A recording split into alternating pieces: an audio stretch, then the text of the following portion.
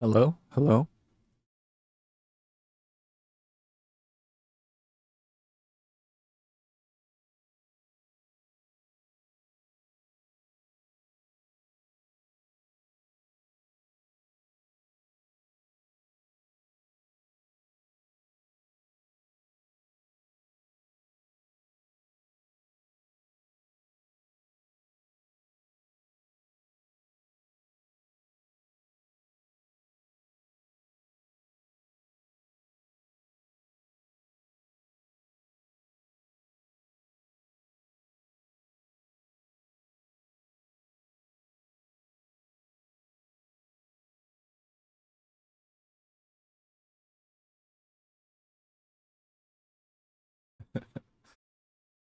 Deja vu, Wi-Fi, deja vu.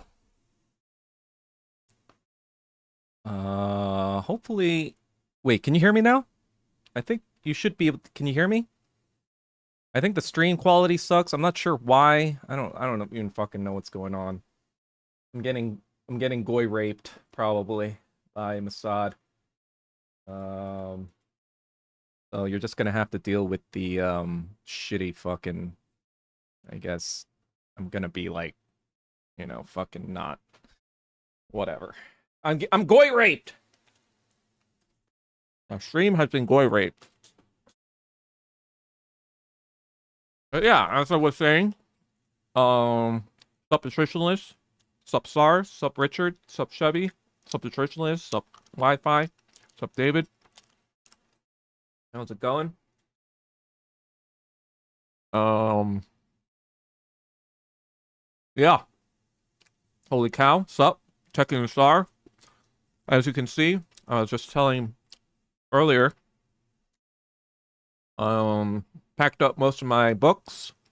Still have some stuff to pack up, but I can probably knock that up. The worst part of it all is the fucking heat. Like, temperature wise, it doesn't look that hot in LA. But I think what's affecting me and a lot of people here is that the humidity is very unusual. Um, because like high temperatures, like even up to like 100, if it's dry, it doesn't feel as bad. I mean, obviously, it kind of sucks, but you can kind of like breathe through it. But like high 80s, low 90s, but like lots of fucking humidity. Fucking sucks, bro. Apparently, somebody said that there's like some El Nino happening or whatever, and that's affecting the water temperature.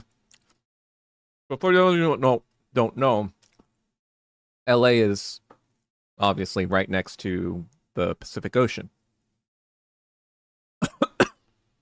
as is San Francisco, all these coastal cities. But the Pacific Ocean is usually cold. Like it brings like I guess I'm not sure what the fucking Coriolis or water effects or whatever. Probably comes from Antarctica. I don't fucking know. But the point is there's cold water usually around the West Coast. And that usually cools down or like kind of moderates the temperature in Santa Monica. So it's a little bit more moderate in terms of like temperature because it never gets like super hot like it does in Northridge or like that's like a valley. It's like north where there's not much water up there, or you know, downtown LA or East LA. That's when you get more into desert territory. Um, but this area is kind of like pretty moderate. But I think what happened, or what I read happened, is that like the water temperature has gone up.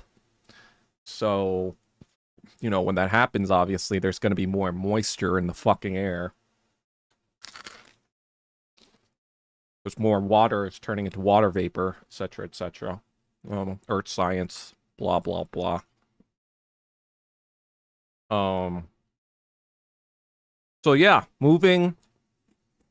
Probably picked the worst week of the year to pack to move, I guess, because packing has been fucking annoying, and all this sweating shit.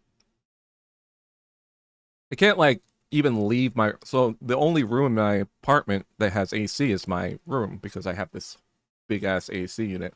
I don't have like AC in the living room or whatever. So when I step outside my room, it's fucking death hot. I have all the fans running, like, but it's just fucking death. Anyway,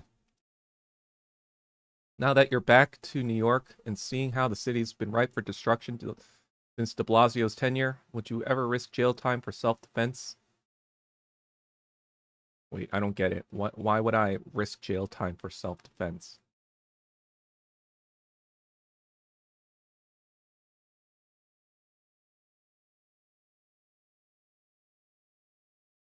Hello, my fellow Goyim. It's time to SAR. Always time to SAR, Andrew. I checked out that girl you posted, Data Chan. Apparently, she has a no dating, no kids, no marriage policy. Just focused on her career. I wonder how true that is, or if it's kind of like the South Korean thing where they just hide. They just like pretend like they're not dating anyone.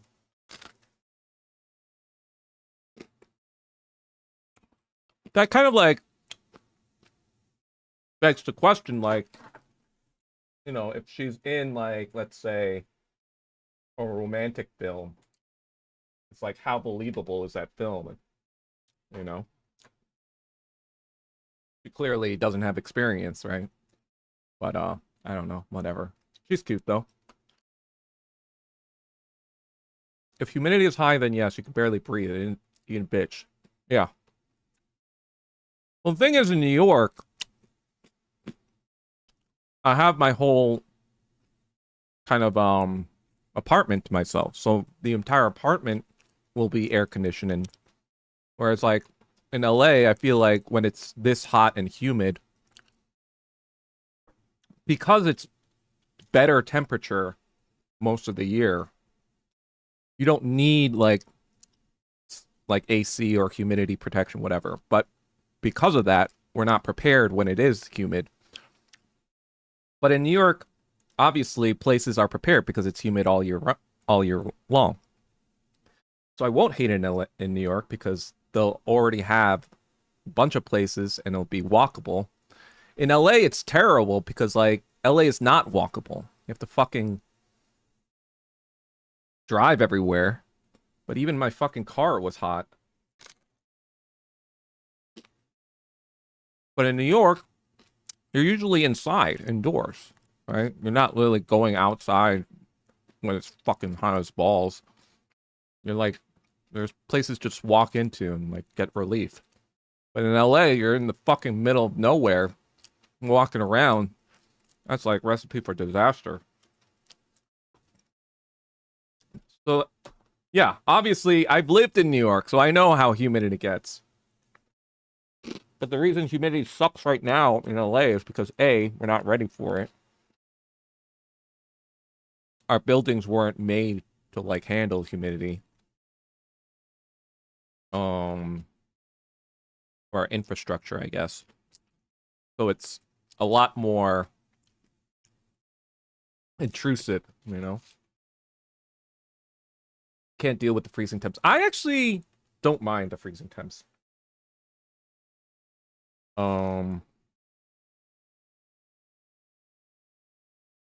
I might sing a different tune, like in February, and it's like, all right, let's get out. But the thing about like freezing temps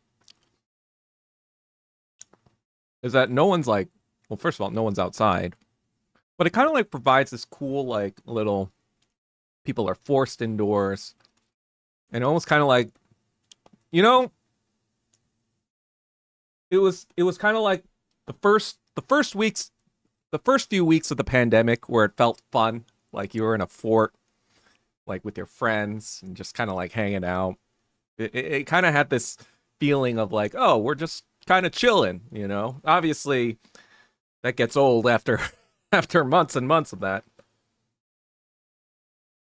But in the beginning, it almost felt like a nationwide snow day, right? Like no school, right? Whatever. So I remember one winter in New York. It was definitely like a huge snowstorm where everyone had to stay in, but you could kind of like you could still get around if you absolutely had to, but um, you know, it wasn't advised.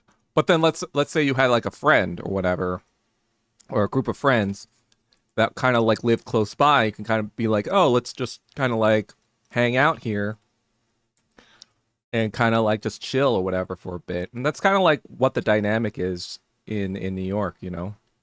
It kind of like makes these forced sort of like social interactions inside, you know. Nepal, China flooding probably related to Super El Nino. Yeah, I haven't been like following that to be honest. I just saw the video. Am I driving to New York? No. I am driving to San Francisco and then flying to New York from there. What the fuck? Smiley face. Because New York will prosecute you. Oh, yeah, no, I am not. First of all, if it doesn't concern me, I'm not doing it. I'm not doing shit. Like the Daniel Penny situation, kudos for him to him for stepping in, but I ain't doing that shit. Kidding me? Like it's not my problem. What I do is just like move to another train, right? It's like basic situational awareness. There's a crazy person on this train, move to the next one. Of course, if I had no other option but to fight, then yeah, I'm gonna fucking defend myself from bodily harm. But if I am not in immediate danger and no one that I care about is in immediate danger, especially if there's no Asian around that's in immediate danger, I ain't risking my life for some random. They don't give a shit about us anyway, right? Um, because yeah, let's say you don't even get arrested or whatever, there's still a chance you could get really seriously injured doing something like that. It's like, why be a hero when A, there's a risk to your life, and B, there's a risk of getting arrested and whatever, like Daniel Penny or whatever.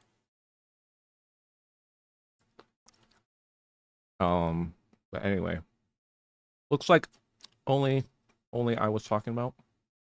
Oh, oh, for the Dada girl. How's her acting? I've never watched any Hong Kong films like with her in it. I was still going out during lockdown in Minecraft. So I never played Minecraft. I feel like I was way too old when it kind of like started.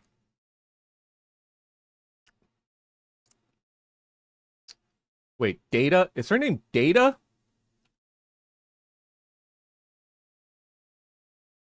I thought it was Dada. Well, how do you say it? Is it like Data? Dada?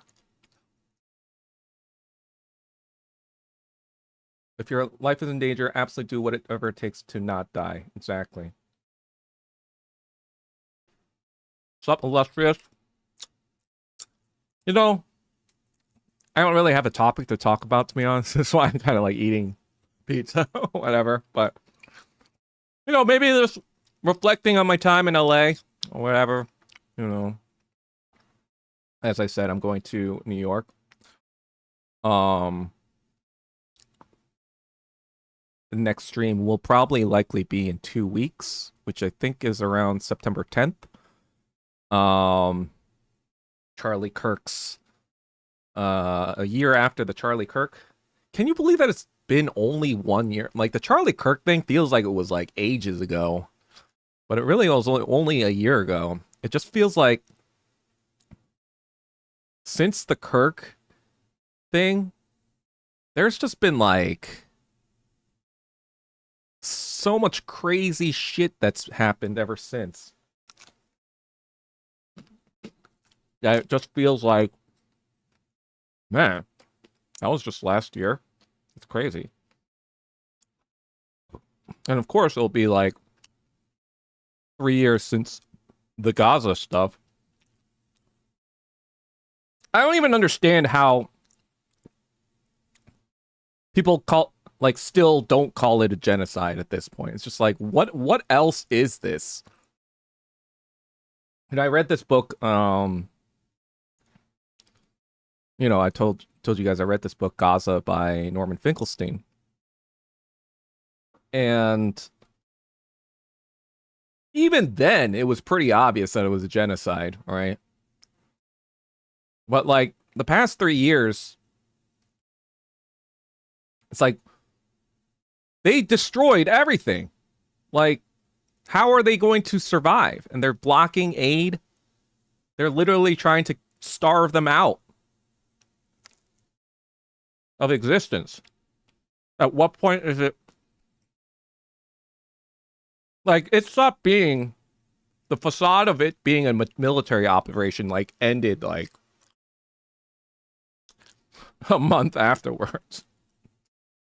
But it's just kind of like, what the fuck? You know what I mean?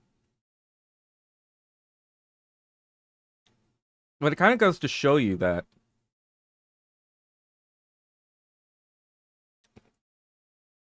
it kind of shows you that in America, it's highlighting the contradiction, right? It's highlighting the contradiction of like, do the people actually have control of the government? And of course, if you've been following me and watching my streams, you know, no, obviously. But I think that sort of fact or idea is coming to the surface. But yeah, it's been a year, and then what happened, right? Well, first of all, the craziness of the fucking murder happened. Wait, did the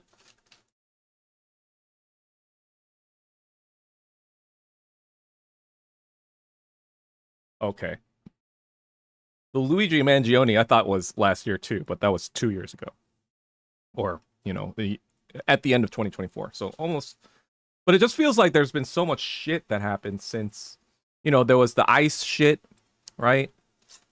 Man, what happened since I don't even fucking remember what happened at the end of 2025. It just feels like so much shit has happened. I know that the ICE shit was in the beginning. Was it the end of 2025 or beginning of 2026? And then, obviously, it's been 4 years since the Ukraine shit. I was like, is that fucking ending anytime soon? Like, what's going on? I thought, like, Russia had this in the bag. I don't know what the fuck's going on with that. I did see recently that Benjamin Netanyahu and Zelensky, like, had a correspondence being like, hey, like, I appreciate you, etc., etc. People who are, liberals who are pro-Ukraine are, going through cognitive dissonance, retardation, as they always do. But, yeah, that's still going on. Besides the ICE thing, we had the Epstein file reveal and nothing happened. That's the thing. Like, you had the Charlie Kirk thing happen. Nothing really happened, even though everyone knew it was Israel. You had the fucking ICE shit happening. Nothing really happened, even though it's like blatant fascism. You have like the flock cameras being installed and like it's funny because like the ICE stuff is fascism, that the right wing says, "Oh no, it doesn't matter or whatever," and the fucking flock cameras is fascism, where the left is like, "Well, what do you have to hide?" Blah, blah, blah. It's just like fucking retarded. They're both fucking retarded. It's like they're both like sanctioning fascism from the, as long as it hurts the other side, right? Or the data centers or whatever the fuck. The Epstein files, and then obviously to counteract the Epstein files, we have the Iran invasion. And then, past, what has it been? It's almost been 6 months with Iran. Our economy is going through the shitter. AI is looking like a huge bubble. It just feels like this past 3 to 4 years, and especially this past year, has just been one long march to like total retardation. I don't know. Anyway, I like how we all got distracted by Dada Chan. Am I saying that right? Did you drag that animated Boba lip show? I mean, at this point, I feel like the public is already doing the dragging, I almost feel,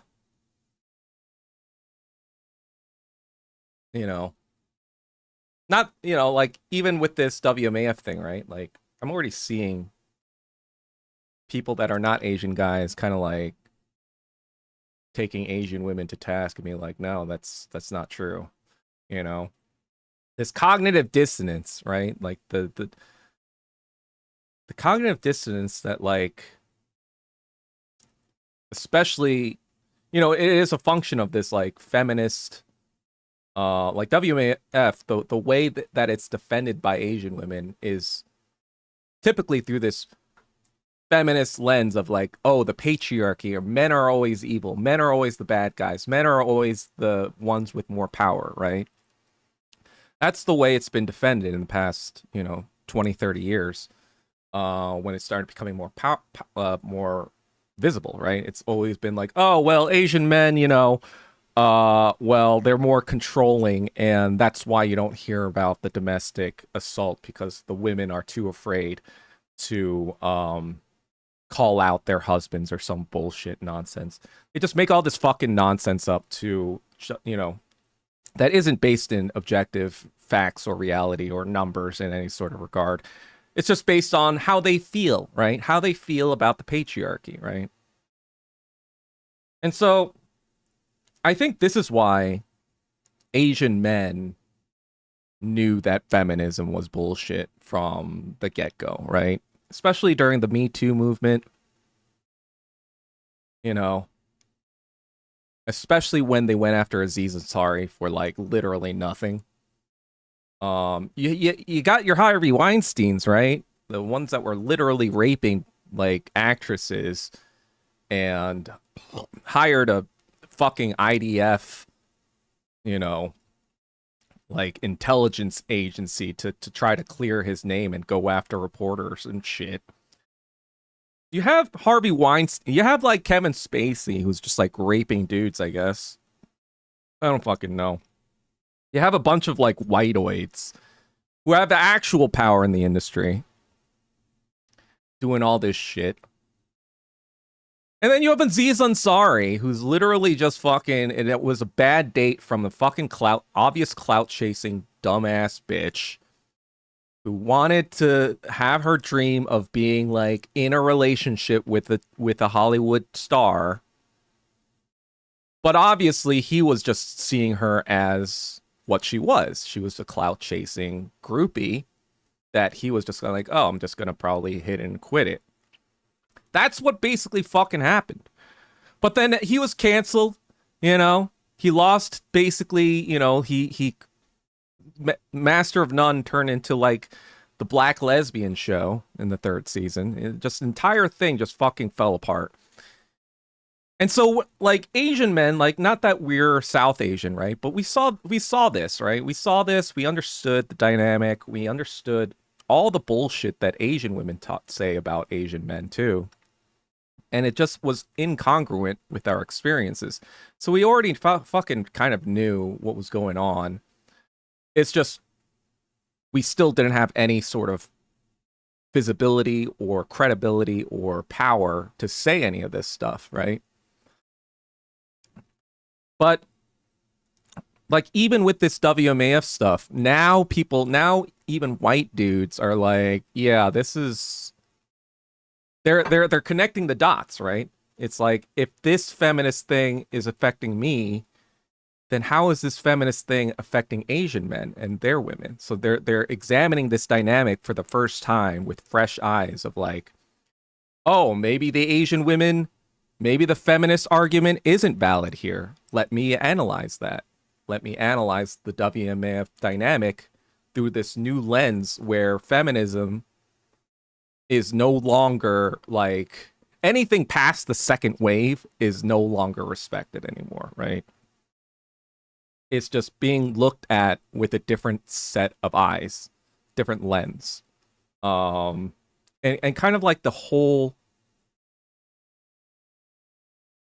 conversation about gender roles and gender identity, right?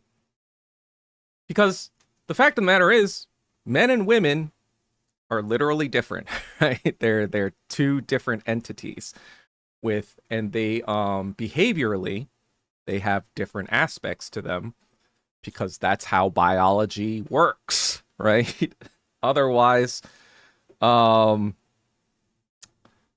otherwise, for the most part, right, for the majority of people are heterosexual, right? So if that wasn't that way, there'd probably be more not heterosexuality, which is why feminism and the LGBTQ stuff is somewhat interrelated.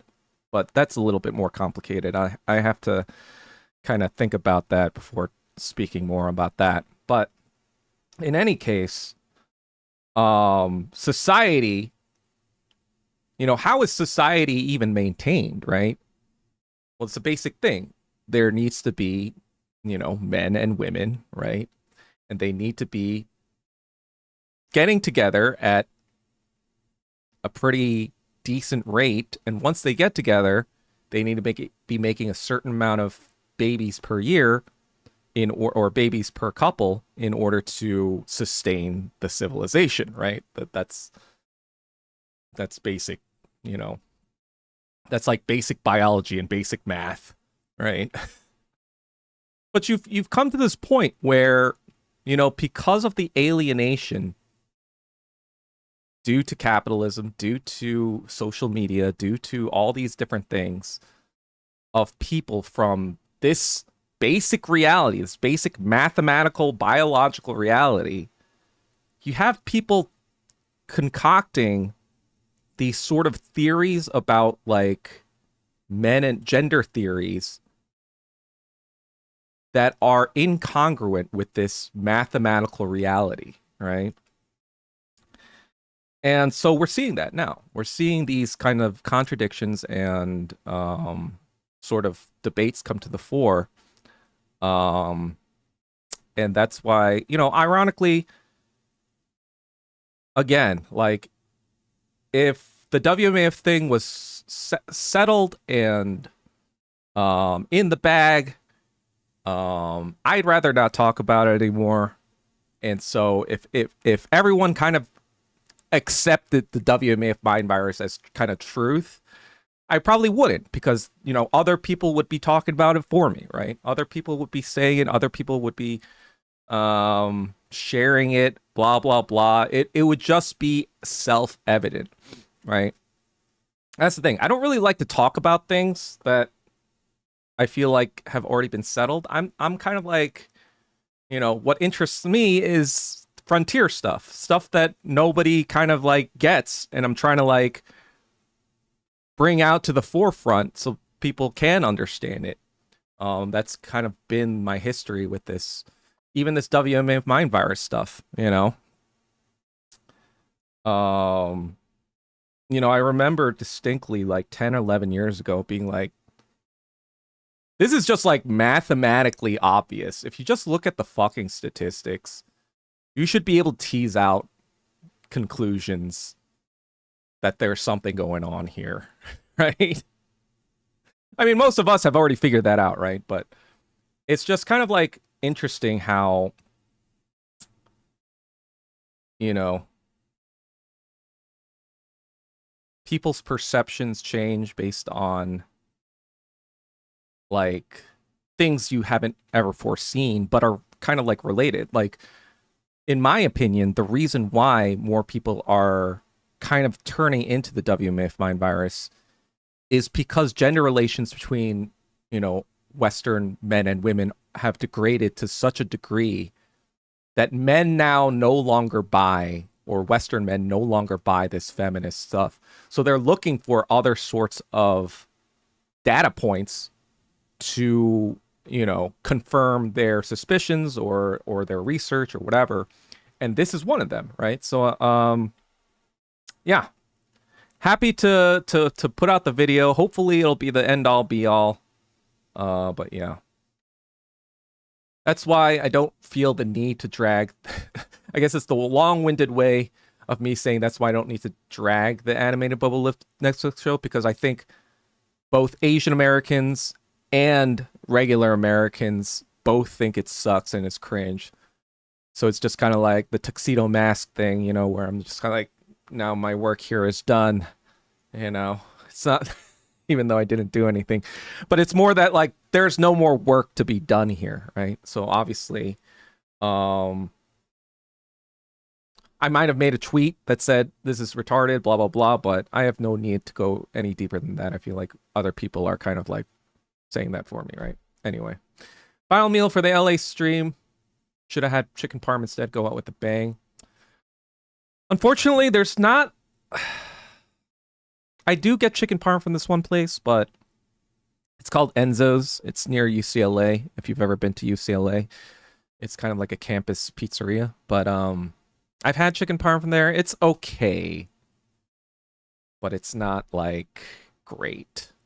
So this pizza, though, this is Prince Street Pizza, actually, as you might know, David. And the reason I got it is because Uber Eats was doing a 40% off any order over $40. So I got the grandma pie. It was like $45 or something, or 40 something dollars. So it ended up only being like $34 after all the charges and whatever surcharges. I got a $6 discount, right? But it came to me. So I got all that for free. Got a $40 thing for $34 and it's delivered to me. So I got that pizza a couple days ago. This is like, I'm still working through it. All right, we are Charlie Kirk. You driving or flying across? I am flying this time to New York. I did drive 14 years ago with my mom and my dad. But seeing as how conditions in America are a little different, and I don't want to get killed on the way back home by randoms. Who knows what's gonna happen? This world is crazier, and Middle America is probably even crazier. I really don't want to test that, so I decided to just fly. It's kind of like also like not really worth driving on your own anyway. Just like, what's the point? Only the Z's will deny. Exactly. Hello from. That's the thing. So Zionism has kind of like shown us, it's kind of like I said, identity politics. It's all about identity, right? It's all about your ego. So identity politics is like collective narcissism in a way. And when how regular narcissism acts, regular narcissism is that it will never take accountability, right? It will always deny. It has to protect its self-image, that it's this the most moral army, right? Or the most moral people in the world, or the chosen people, right? To admit anything would be to destroy that image. So it's not just that they have to, lie about it to, you know, to for propaganda purposes. They literally, a lot of these Zionists, right? They literally believe that it's true. This is what the narcissist kind of thinks like. Um, they have to believe that this is true, because otherwise they would have a narcissist collapse, and then they would fucking, that's when they go really fucking ape shit. Which is somewhat sort of happening with people like Laura Loomer and these other crazies online. But they will always deny. They will never admit even a modicum of like culpability, right? Because in their minds they have none. They have no whatever. And this is how the narcissist operates. Anyway, hello from a Korean American in New York. Respect you going as Korean, especially the pro-U.S. imperialist Korean Americans. Thank you, Mr. Flamingo. Are you a angel or are you a woman? Because Chunsa is not a very common ending for a dude. What are you talking about? They are being anti-Semitized.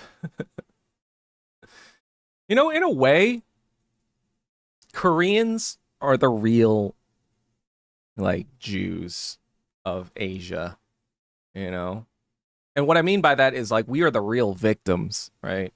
Because not only did we get holocausted by the Japs, right? Literal enslaved, like literal constant, like they turned Korea into Poland, right? And made lots of women to sex slaves, and then used Korean men as bullet bags to for their kamikaze runs and all this shit. Not only that, we had our country divided and hit by a genocidal war, because capitalists wanted to control Korea's economy and the rest of East Asia's economy. And then the Japs just got off scot-free.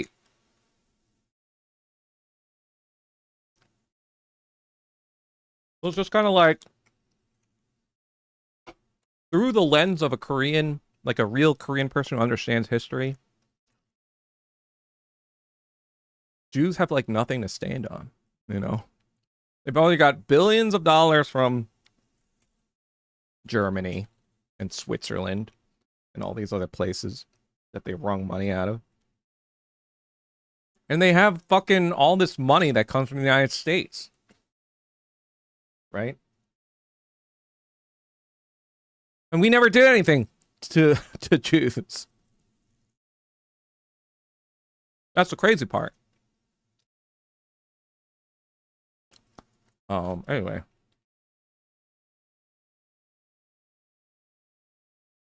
How many Israelis are also from Russia and UK? Not just from US and Europe.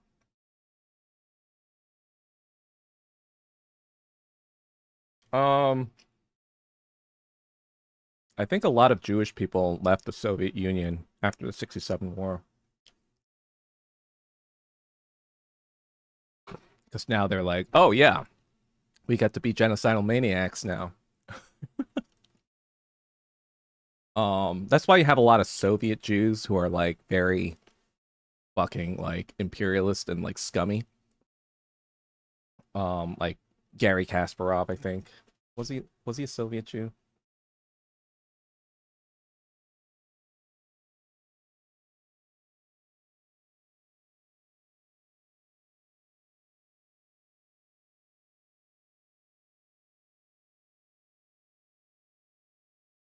Yeah. He was Jewish. The I think Sergey Brin was also a Soviet Jew. You have all these kind of like Jewish people who are like, you know what? I love imperialism and capitalism and killing people. Let me just join that side after these crazy Soviets go down. Lock cameras never helped with Amber Alerts. Yeah, I still get those fucking Amber Alert. I got a couple this month. Heard about that dork ass white dude fucking white 100 worshiping white. Yeah, I mean, I didn't look too much into it, but I saw that some Chinese guy made a video about it, and it's kind of spreading all over China. Um, and so now there's like a shame aspect to being with a white guy now in China, which is good, right? Um, or at least like the aspect of just like giving it up because you think this white guy is gonna whisk you away to like white land and be all. It's like stuff we already knew, right? We already fucking knew about this. As Asian American diaspora, we knew all about this for the past 30, 40, 50 years. It's just all of this is coming to the surface. They're like, wait a second. Why is it that Thailand and the Philippines, you know, they have a lot of sex tourism and all this other stuff? You know, why is that? Why is there a lot of obsession with white women? I mean, white men from Asian women, you know? Like, other women are now kind of talking about that too. Like, the feminist, that was the whole thing with WMAF, right? They relied on these feminist allies from non-Asian women to be like, yeah, that makes sense. Asian women are actually fleeing the patriarchy because Asian men are more patriarchal. So mathematically speaking, that actually makes sense because Asian men, of course, are going to be more patriarchal to their own women, even though they have no power in fucking Western society. This just tracks to me because I'm a fucking retarded Floyd. But now that feminism as a whole is breaking up, now you have these anti-feminist women who are always kind of anti-feminist and kind of like saw the bullshit of feminism. Now you see them kind of being like, yeah, these Asian women, what are they actually up to? What are they really doing here? They're pointing out the obvious, you know, hypergamous nature of a lot of these relationships, like independently, right? So I think people are starting to connect the dots, and my video is just gonna fucking show the entire fucking artwork. All the dots. You might have like a few dots, but I've got like billions of pixels right there in front of you so you can see the entire fucking picture, you know? Netflix exec physically beat his Asian wife. I mean, in Chinese marriages, Chinese women typically control the marriages and money Chinese men bring from work. I think gender roles is just division of labor to help raise kids. Femoids want to have it all.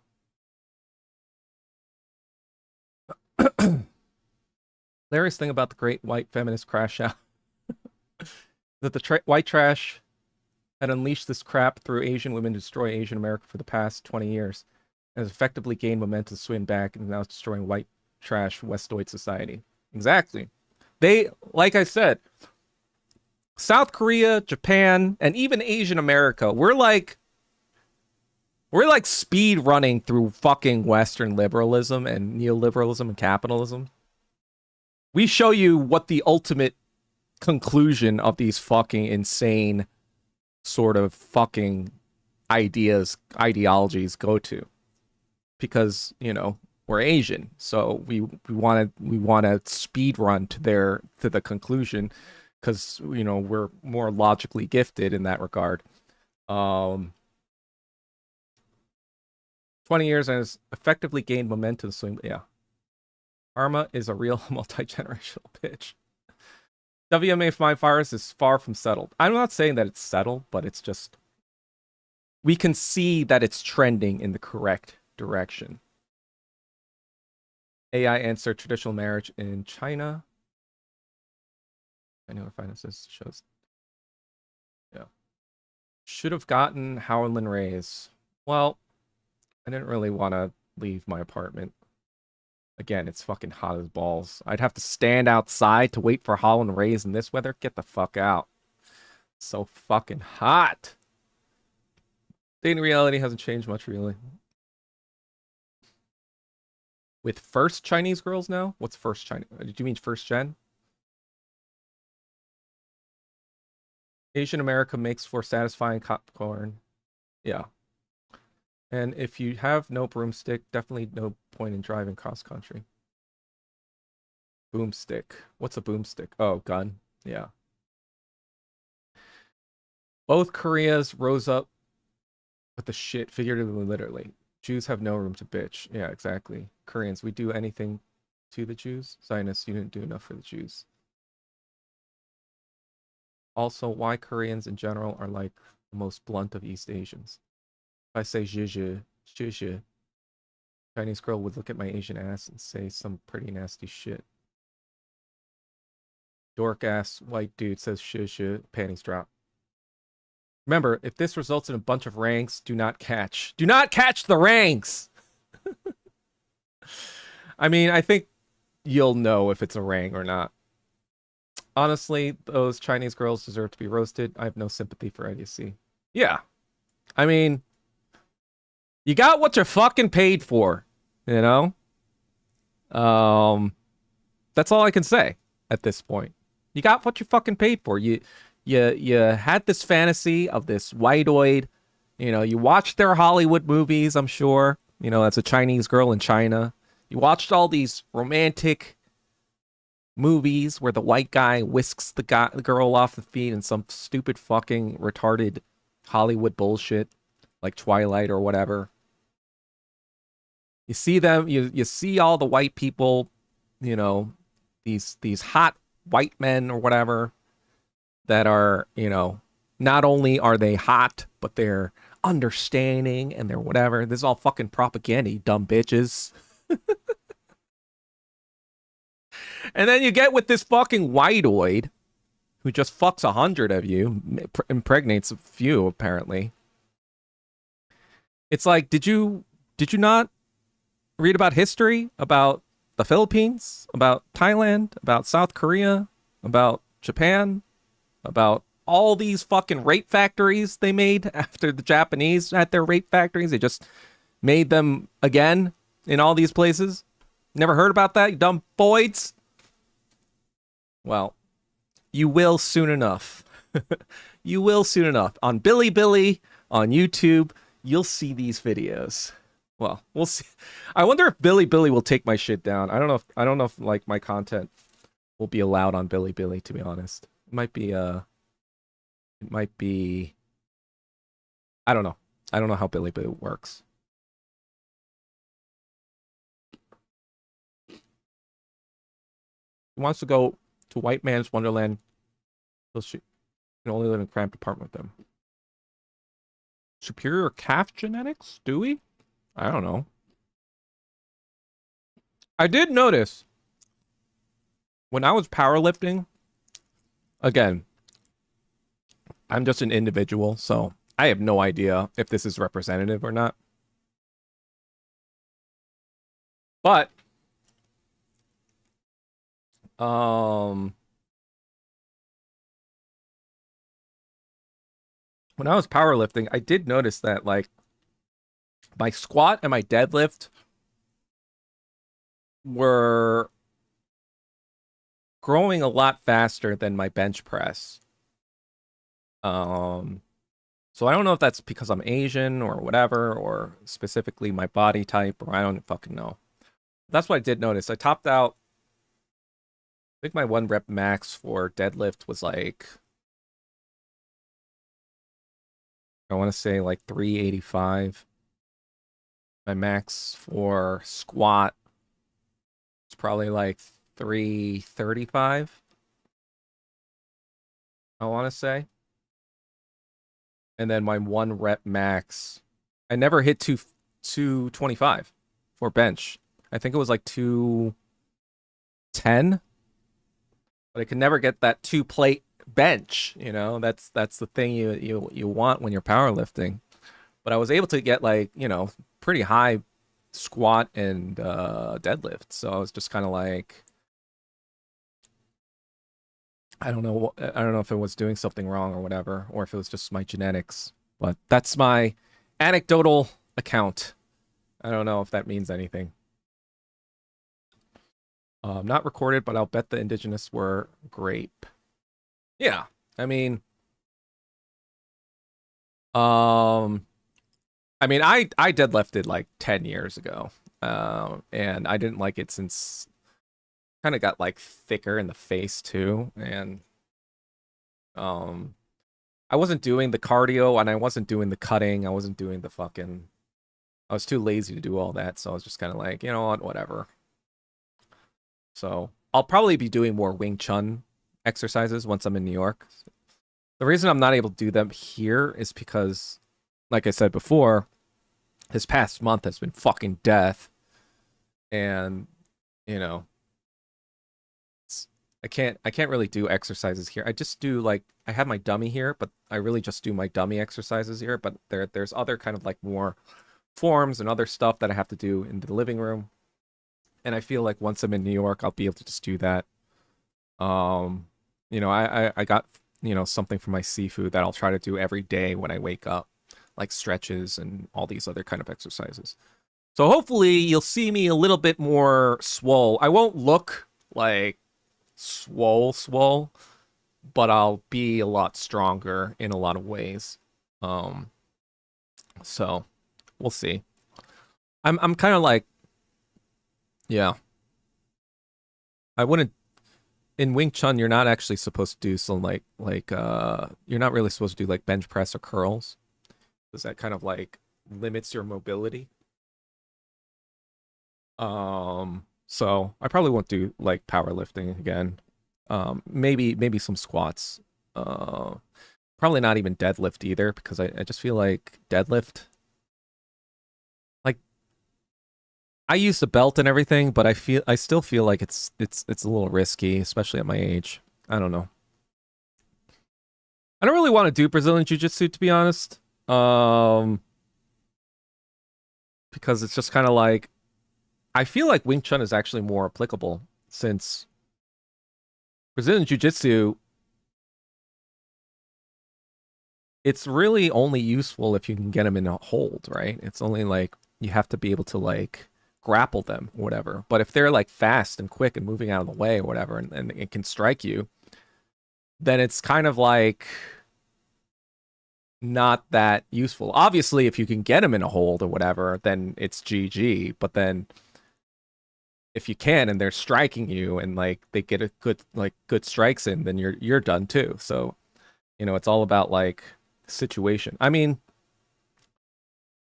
maybe do some, but I just find Wing Chun a lot more interesting. It's best if you're in law enforcement. Yeah. Well, that's not me. It's best if you're like who's that guy? Daniel Penny. And yeah, that's another reason why I wouldn't stop anything in the subway. I don't know jujitsu or whatever, so I can't like grapple and like hold them down. I'd have to just like knock them out of the fucking fight, you know? You know? Like that GIF that Starside made of me once. It's like fucking beating the shit out of people. Anyway. But what I learned from Wing Chun is that don't fight, right? That's actually what they tell you. Like, don't fight if you can not fight. If you have to fight, or if you feel like you have to fight, make sure it's a fight you can win. If it's a fight you don't think you can win, or it's a possibility you can lose, then don't fight. That's basically what Wing Chun says. But it's if you have to fight, make sure you fucking win. And do everything you can. Don't fucking hold back. That's basically what it's saying.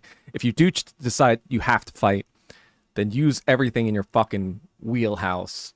That includes finger strikes to the fucking eye, you know, all this shit.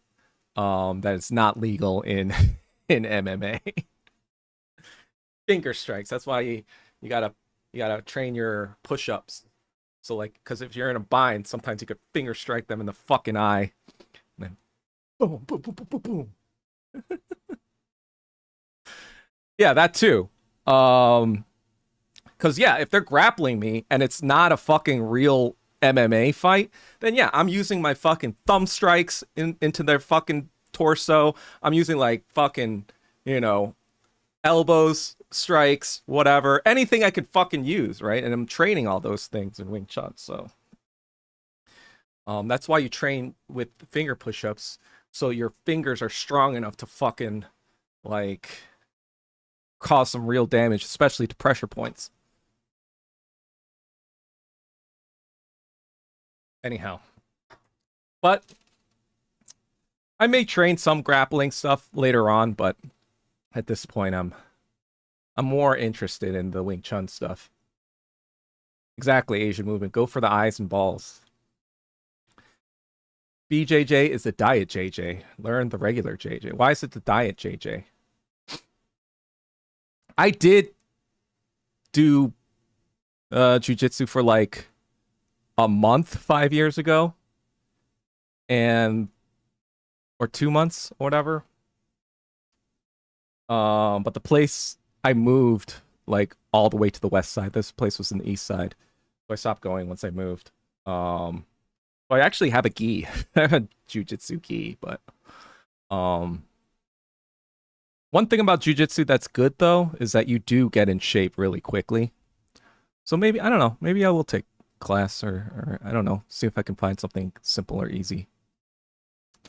We'll see.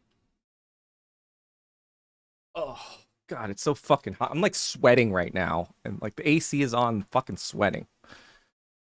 Terrible. Anyway, chicken sonda is more applicable in street fights. I heard that Chinese sonda. I heard that Krav Maga is just bullshit. It's if you don't have a knife or whatever, it's just like it's just a knife and stabbing like children or something. It's like bullshit if you have to fight a real person. I don't know if that's true. Well, Wing Chun is basically like you don't end up on the floor. You just other people end up on the floor. You know, that's that's the whole point. That you never end up on the floor because your balance is being you're taking care of your balance and they're not taking care of theirs. So they're getting on the floor if you're doing Wing Chun properly. Um Also, you could get stabbed if you're that close. Reckon that applies all no, it's all discipline. Fighting back is the last resort. Yeah, I mean that's kind of like so all of martial arts does come from China, I think, or like some variant from it comes from China, like or it's been developed out of China. Like I think jujitsu is probably like a variant of judo, um, and all these different things, you know. And so because of that, most martial arts do have that philosophy, right? It's a very Buddhist, it's a very Taoist sort of philosophy of like, yeah, we shouldn't be fucking actually fighting, you know, for no reason. Um, because it's pretty easy to kill someone. Actually, that's that's apparently what my Sifu's grandmaster William Chung he said. Killing someone so easy, not killing someone not so easy. Basically, like if you're training and you're pretty well trained as a fighter, you could kill people pretty easily. It's just to stop yourself from using that much force is hard. Um, because yeah, if you're once you're on the ground and you have them in an advantageous position and you're like striking them like with a fucking fist straight on with no resistance, you're gonna kill someone pretty fucking fast. The only reason people don't kill each other that much in regular fighting is because they don't have proper form. They're like kind of like striking people like that or whatever, and like not really being efficient about it. But it is pretty easy to kill someone once you have them on the ground or whatever. And you have, you know, the training and all this other stuff. But yeah, you shouldn't be using that to actually fight people. Um, there's a guy in New York City shooting delis and grocery stores. He's finally targeting them. Shoot first. There's a guy shooting delis. Shoot first, ask later. I don't get it. Why is he shooting delis? My dad back in the day used simple portions. Portions.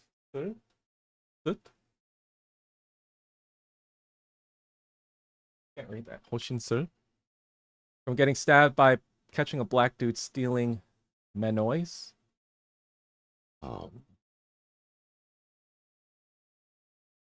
Assuming you mean mayonnaise. Simple shit you learned in Taekwondo. Did you find a new Kufu? No, not yet. I'm gonna wait till I get there to do that. Basically anything is useful here on Benoit. Also, only fight people equal or below your weight class. It's just physics, no matter how skilled you think you are. Yeah, Old Man Gracie made it because he had health problems. Who's Old Man Gracie? I don't believe in that ultimate fighting shit, just Westoids wanting to own their hubris. Old Man Gracie. Got bodied. Oshinsu. Okay. Yeah, I don't know anything about... like, to be honest, I don't know that anything about MMA. Like, I just had no interest in spectating people fight, if that makes sense. I don't know. It never appealed to me. I know, like, on the playground, everyone's like, fight, fight, fight, blah, blah, blah. And then it's like, who cares? I don't know. That's just me. Boxing, the same thing. I was like, why do people spend so much money? Like, especially when the fight can be over in like 50 seconds or something. It's just like, it seemed very nonsensical to me, to be honest.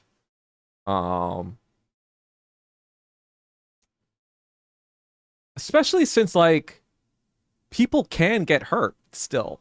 Even in that's how easy it is to kill someone. People can get hurt.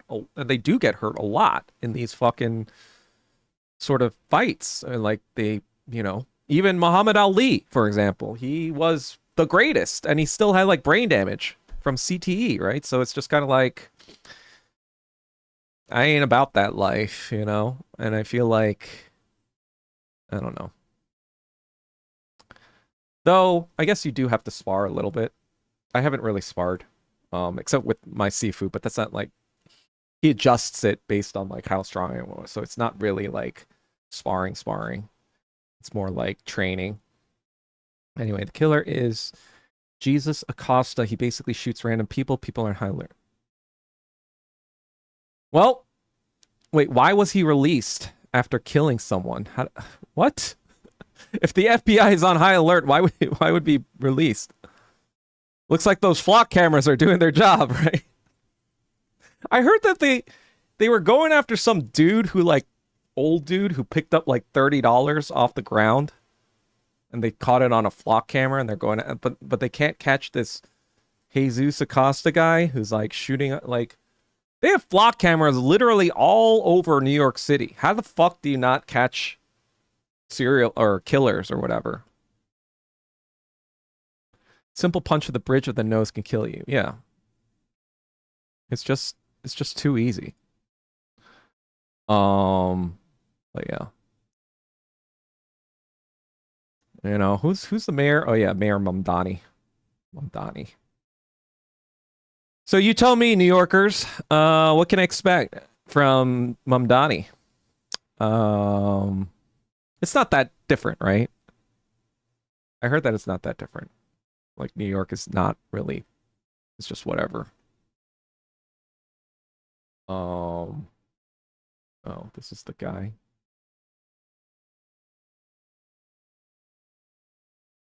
So,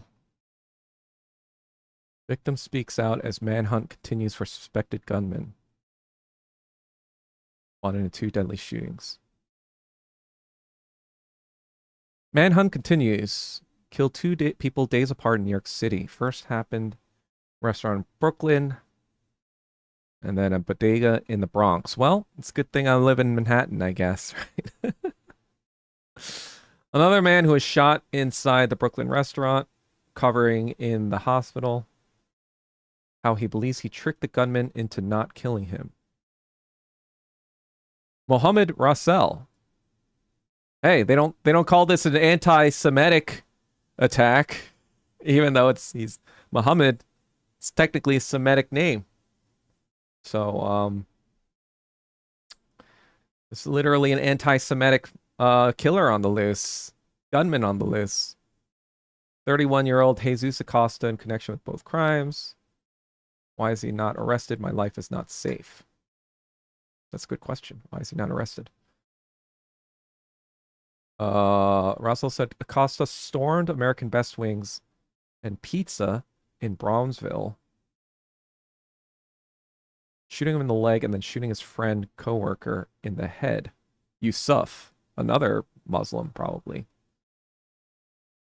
He touched me. He thinking I'm acting like I'm dying. He touched me. Oh, I think he played dead or for the gunman to see if he was still alive.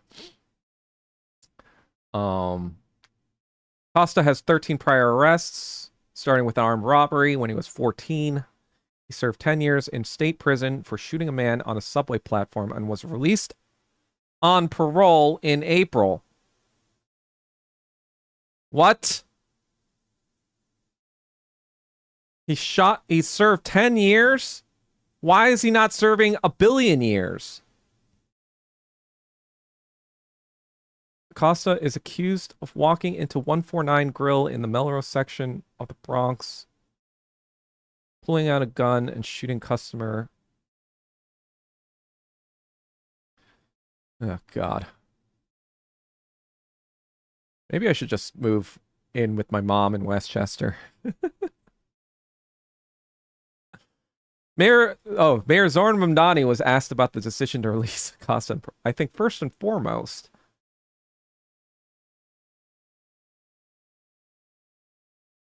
yeah, he gave a bullshit response why they released him on parole. Said the suspect should turn himself in or the streets will get him. I think I want the streets to get him. You know, it seems like the state is not doing its job, so the streets need to do theirs, right? United Bodegas of America doubling its reward to 10K.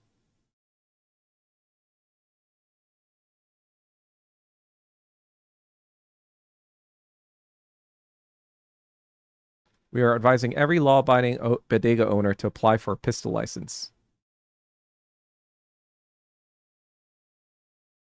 They're like, bring back the rooftop Koreans. Bring back the rooftop Koreans.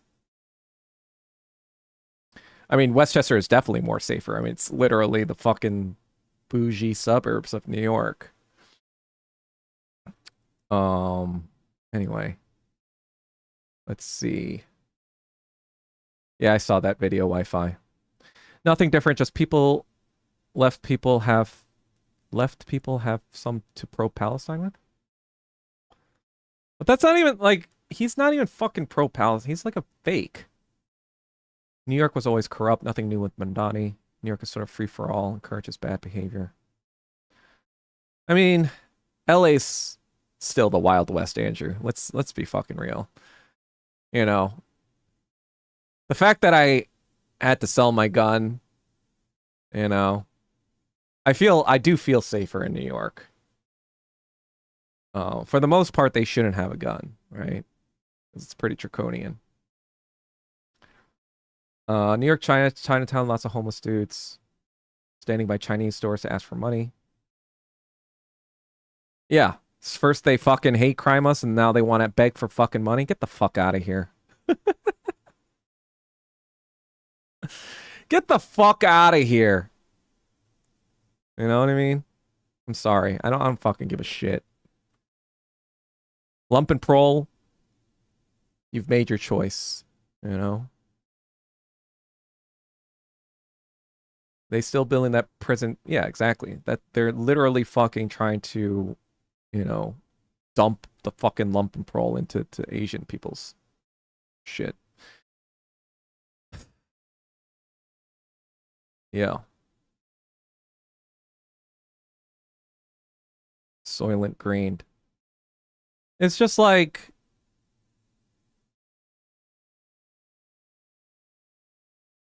it's just like, you know, I don't fucking know. There needs to be a way where like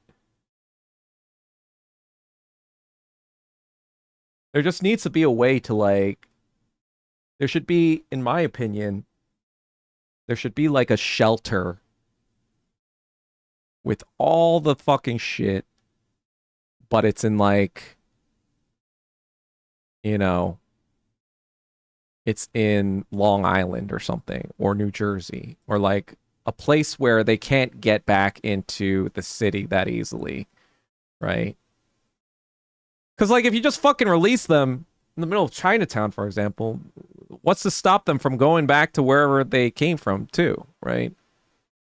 You know, it's pretty easy to get into the subways and go wherever you want.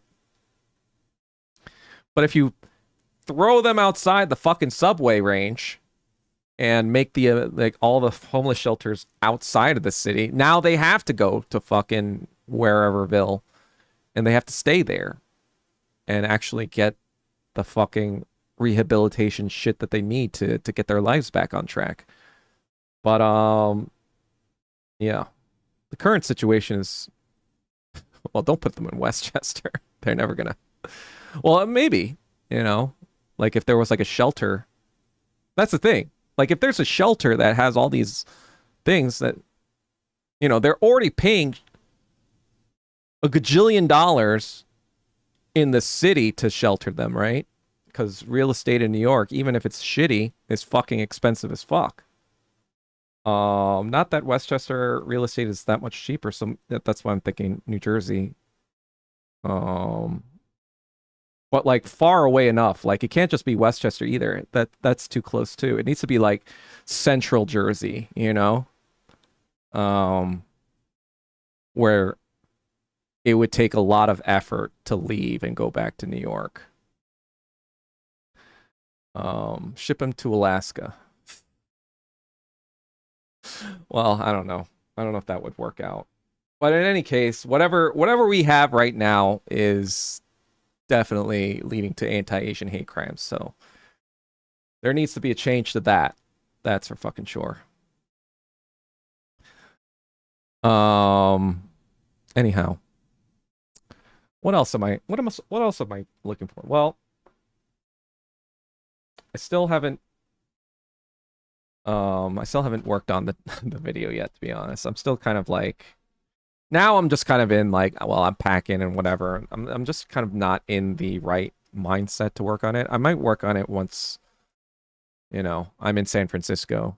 You know, I'm there for a few days, but I'll have plenty of time to just like kind of work on stuff there away from all this. But I think I just feel like right now, you know, with the heat, with the moving, I just can't even fucking concentrate. So that's that, but I will hopefully, I know I always say end of the month, end of the month, end of the month. But hopefully by end of September it will be out. I have no excuse for this time, you know. No other friends or dads dying. I don't have a second dad to die on me, so hopefully this will be the final delay. I really want to get to other kind of like material too. That's the thing. Like I really want to write an article now about identity politics, you know, the stuff that I kind of talked about yesterday, but I want to kind of like more formalize it on my Substack. I'm actually working on a Substack article about my friend and my Vegas stuff. Kind of like, and then I'll probably make an article about my dad. You know, that's kind of like what I've been doing recently. Just kind of like, you know, it comes to the point where you're just kind of like questioning, why am I doing, like, if I'm not if I'm not trying to start a communist party, right? If I'm not trying to do this and that, whatever, like what is the rationale? And then like, you know, people passing away in my life, it's just kind of like it is this kind of like reorientation of like what am I doing this for? Like who am I doing this for? If the people that are close to me, you know,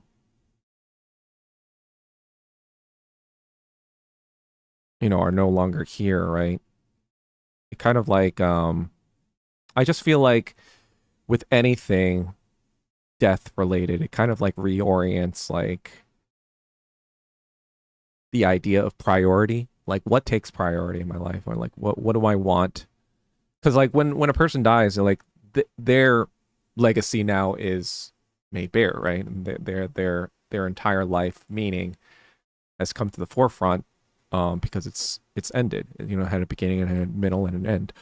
And so it's just kind of like recontextualizing my own life and being like, well, you know, with those things, like how do I, like, am I on the right sort of path, you know, that would make these sort of things make sense or have meaning. And so I'm just kind of like thinking about these things and trying to formulate them in Substacks and whatever.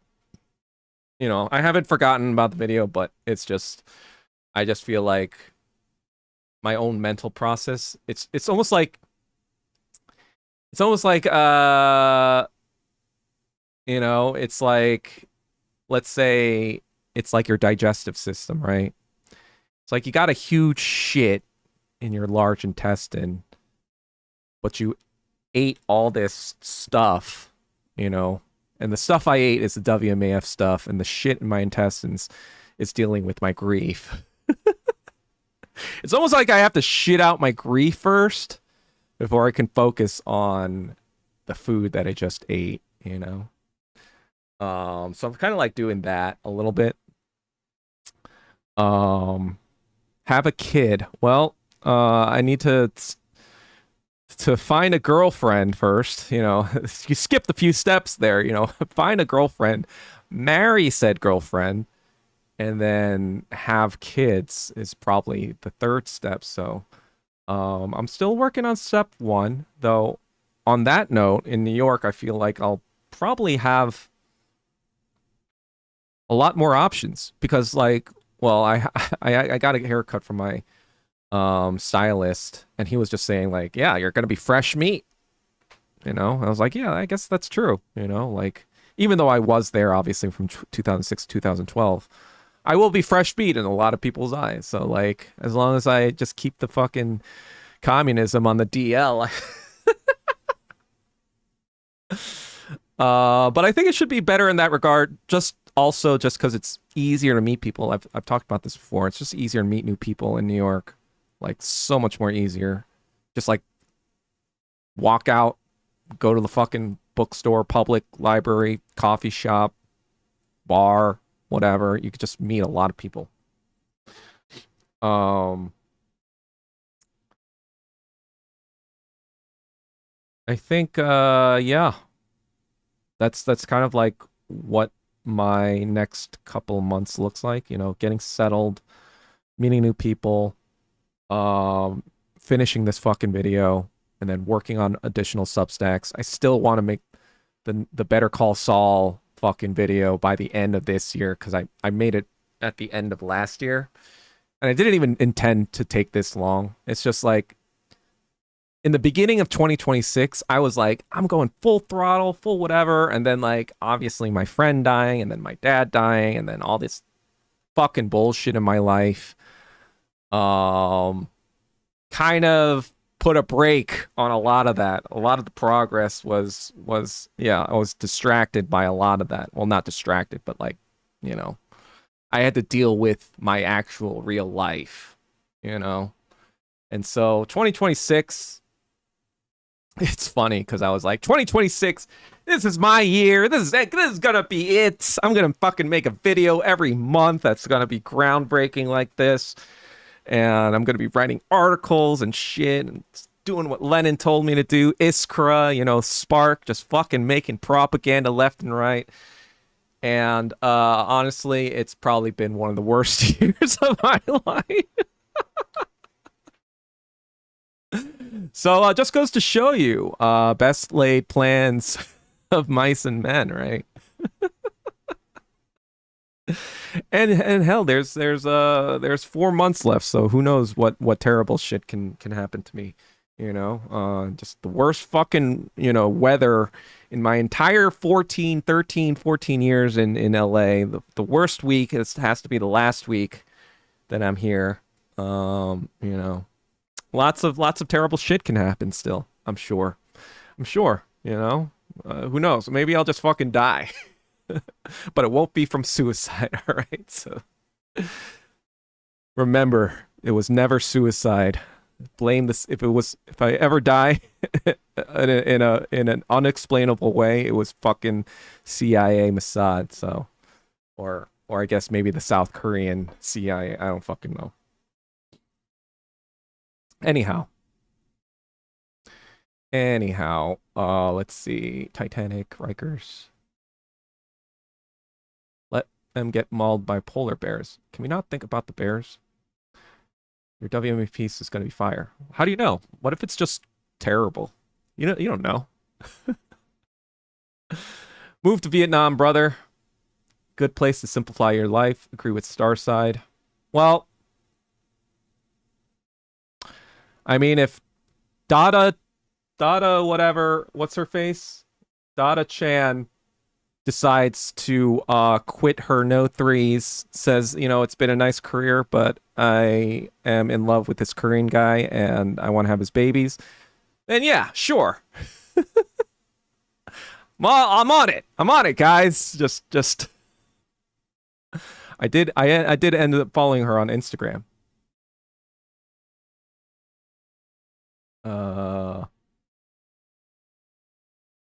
She has 793K followers. She's an award-winning Hong Kong actress, golf, wellness, and 5-day fitness, clean and disciplined living. I like how she puts her rep's number, actual phone number on her page. I'm like, that is that's pretty, I guess, pretty bold.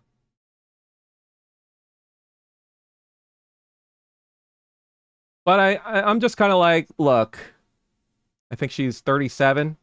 I mean, it's a good time. It's a good time to retire and get with a communist Korean American from New York, make some babies. But whatever. I haven't even seen anything she's been in. So maybe I'd be turned off. Genuinely, since I'm an actor,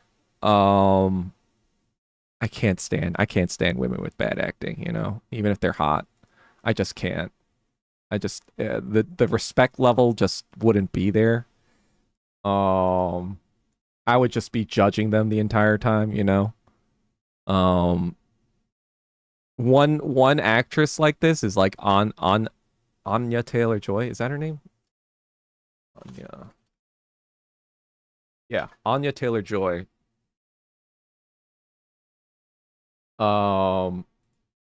She's fine enough doing the damsel in distress, wide-eyed, I'm in a horror film sort of role.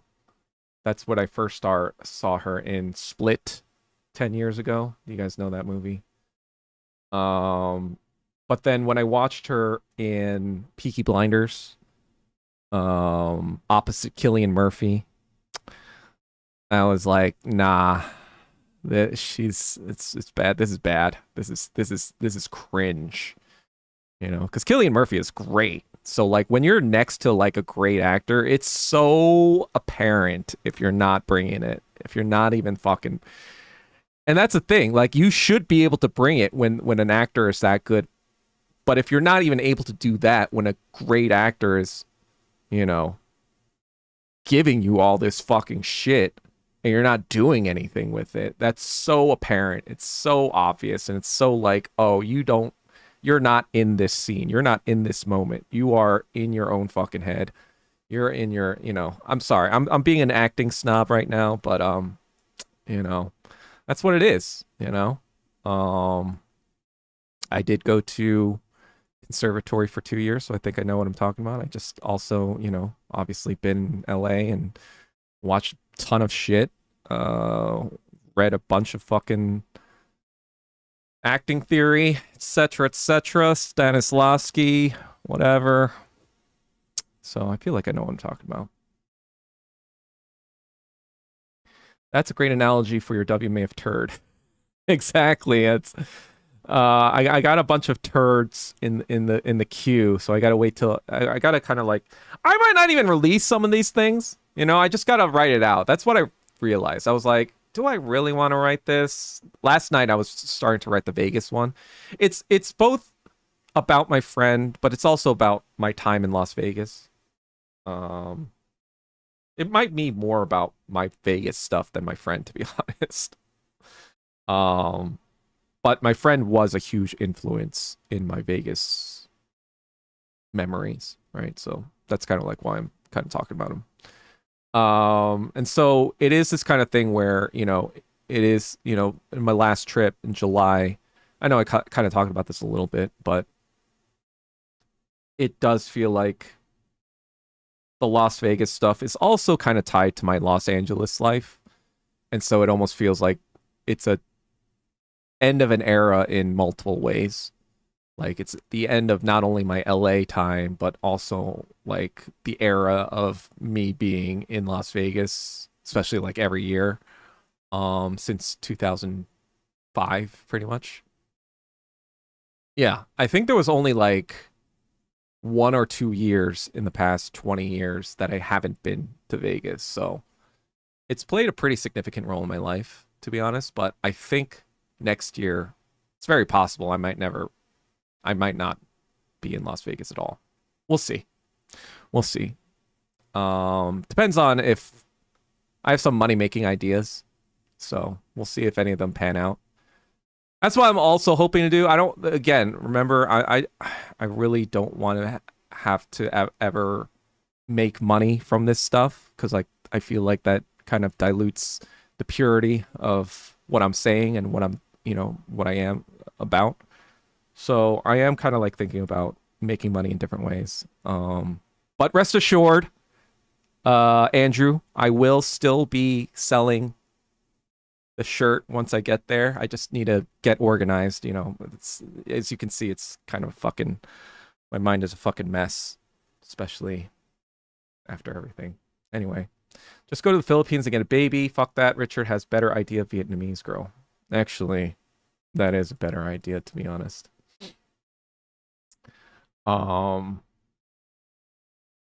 Though, yeah, Vietnamese girls, I mean, it depends. If they're from Vietnam, probably more. You know what? I'm gonna visit Richard in Ho Chi Minh City. She just got to be rich. Don't worry about no lookers. You won't have time to finish reading. Well, if she's rich and like kind of uggo, my kids are gonna be uggo though. I don't know. Doesn't that suck? You'll probably meet a bunch of lib girls in New York City. Ugh, God. Well, it's better than meeting a bunch of lib girls in LA. Let me fucking tell you that. Lib girls in LA are like more likely to be the Lindsay Clancy type of lib girls than they are in New York. I feel like in New York, because it's so tough to survive there, if you're not like in a serious industry. I feel like in LA, you could if you're a looker, you can get by here. You might have to do some questionable things here and there, but you can survive, right? But if you're in New York, that's not going to cut it. You gotta be skilled in something. You gotta work your way up the ladder, right? You're never going to be like super rich unless you're like bag a rich husband or something like that, right? Or like that's how you get rich as a hot woman but as a hot woman in LA, there's plenty of avenues to make money, I feel like. Um David Tay, you nasty. Birth control so they go all natural. Thank you for that, David Tay. Um but I don't want like a random baby with a random Filipino woman. I want it like if I were to get a baby, it would be like with somebody I'd be married to, ostensibly.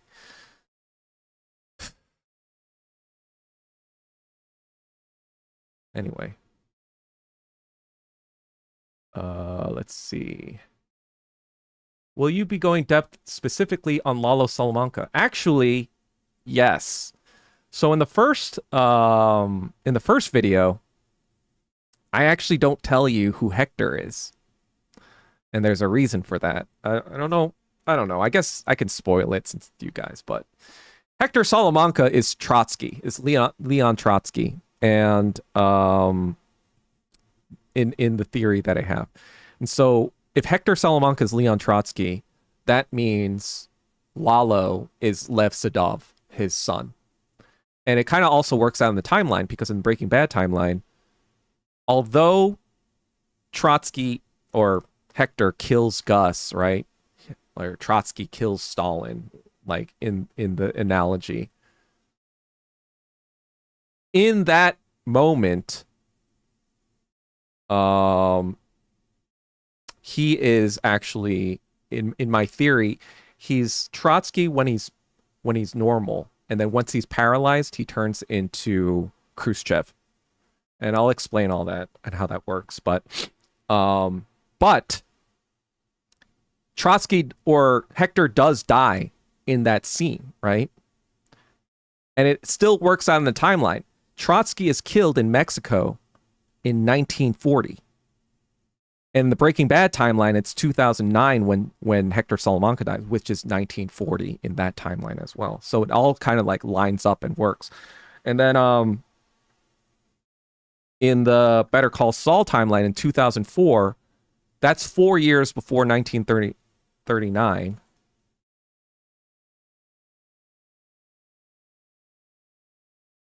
So it doesn't work out perfectly, unfortunately. I thought it did.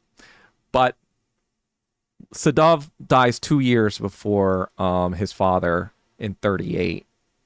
I was hoping it was 5 years before, because then it'd be lined up exactly, because that's when Lalo dies.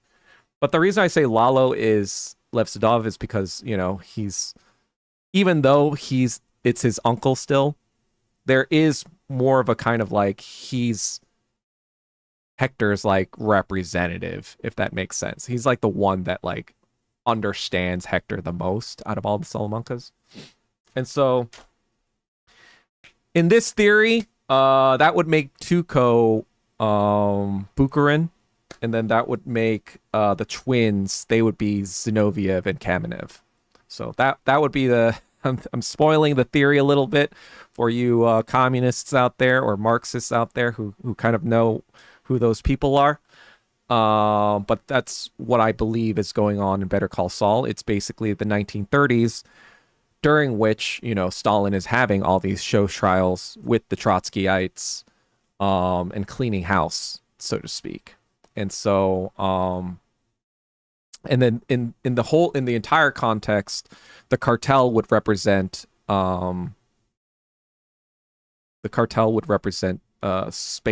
Franco's Spain. And so Eladio would be Franco.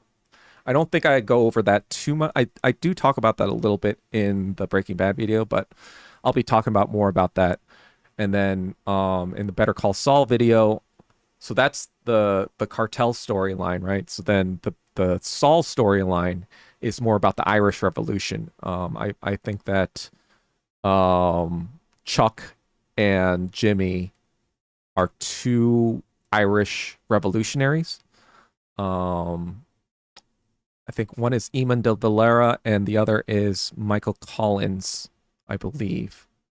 And so they were kind of like debating different ideas about how to get free from the British or what their independence looked like. And so In that regard, I would make Howard Hamlin uh Neville Chamberlain, because he's kind of like the appeaser. He's trying to appease people. Anyway, all that will be revealed when I make the Better Call Saul video.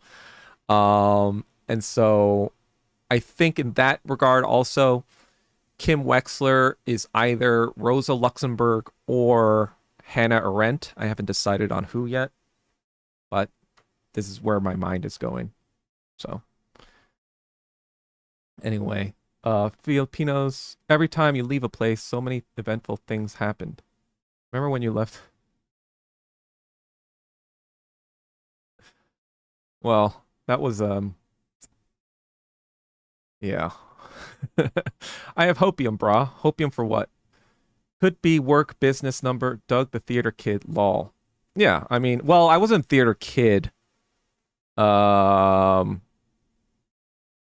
I was a theater adult, I guess. I went to um acting conservatory in 2008 when I was 24 years old.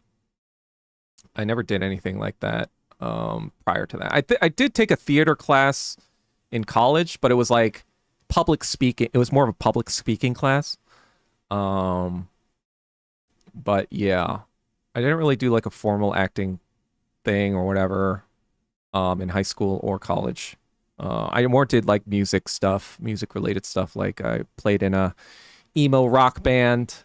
Was in a Christian a cappella group. Um, yeah, those were the times. The actor's studio with Douglas Kim, exactly. You know, I just feel like, well, especially in today's Hollywood, nobody cares about actual skill anymore. It's all about like influencers and, how much, you know, goy slop you're willing to fucking goy. Uh, it's like these fucking actors these days, they're terrible. Like compared to like, you know, like there isn't a fucking good like even millennials. We're not like there's not really that many good millennial actors, in my opinion. Skill wise. And I think a lot of that has to do with like just um the industry really just like ossified into this like franchise, fucking pumping out these franchises like Big Macs or whatever. And so when the process of this movie making becomes so corporatized, they don't really care about like acting skill or whatever, because it's just like how am I going to deliver this goy slop so I can sell more goy toys? That's pretty much why Marvel and Disney makes its shit. Disney doesn't make the bulk of its money through its fucking movie revenue and or things like that. They make their bulk of their movie money through like merchandising and theme parks.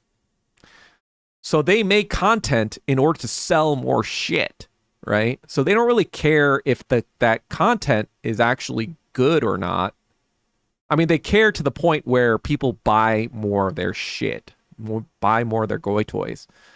So, it is kind of sad. I did meet some, like, I went on some acting retreats or whatever. I did meet Joe Pantiolano. He's Cypher in the Matrix. It was kind of like inspiring to hear people like that talk about like earlier times in industry where people did kind of like respect talent. But that time has passed a long fucking time ago. It was gone, especially by the time I got into Hollywood. Not that it really mattered because I'm Asian, so uh but I remember talking to Steven Yeun, for example, right? And this was 2012. I knew him through a friend from Michigan. She went to Michigan for college, and he was nearby. They there was a bunch of like Korean church events that he also went to. So I think he met my friend through there. And so she connected us, and then we just like spoke for a little bit. It was actually at the Grove. If you got any LA people know where that is. And I was just like, trying to pick his brain about the industry and all this other stuff.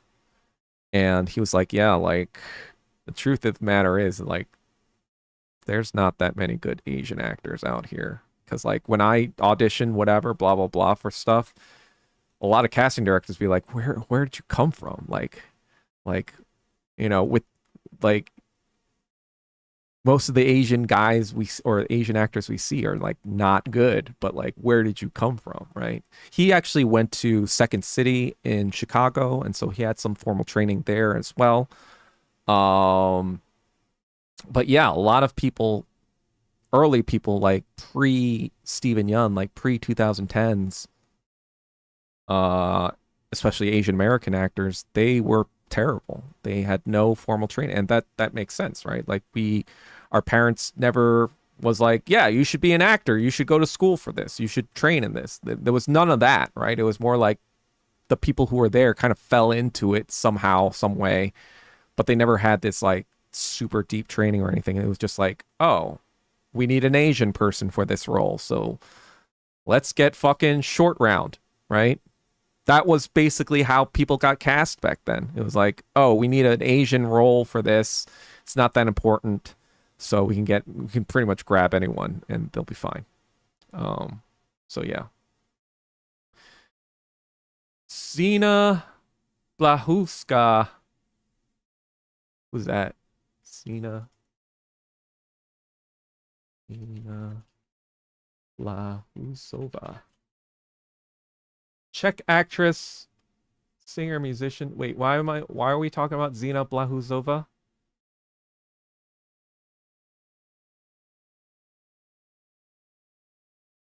What is she from?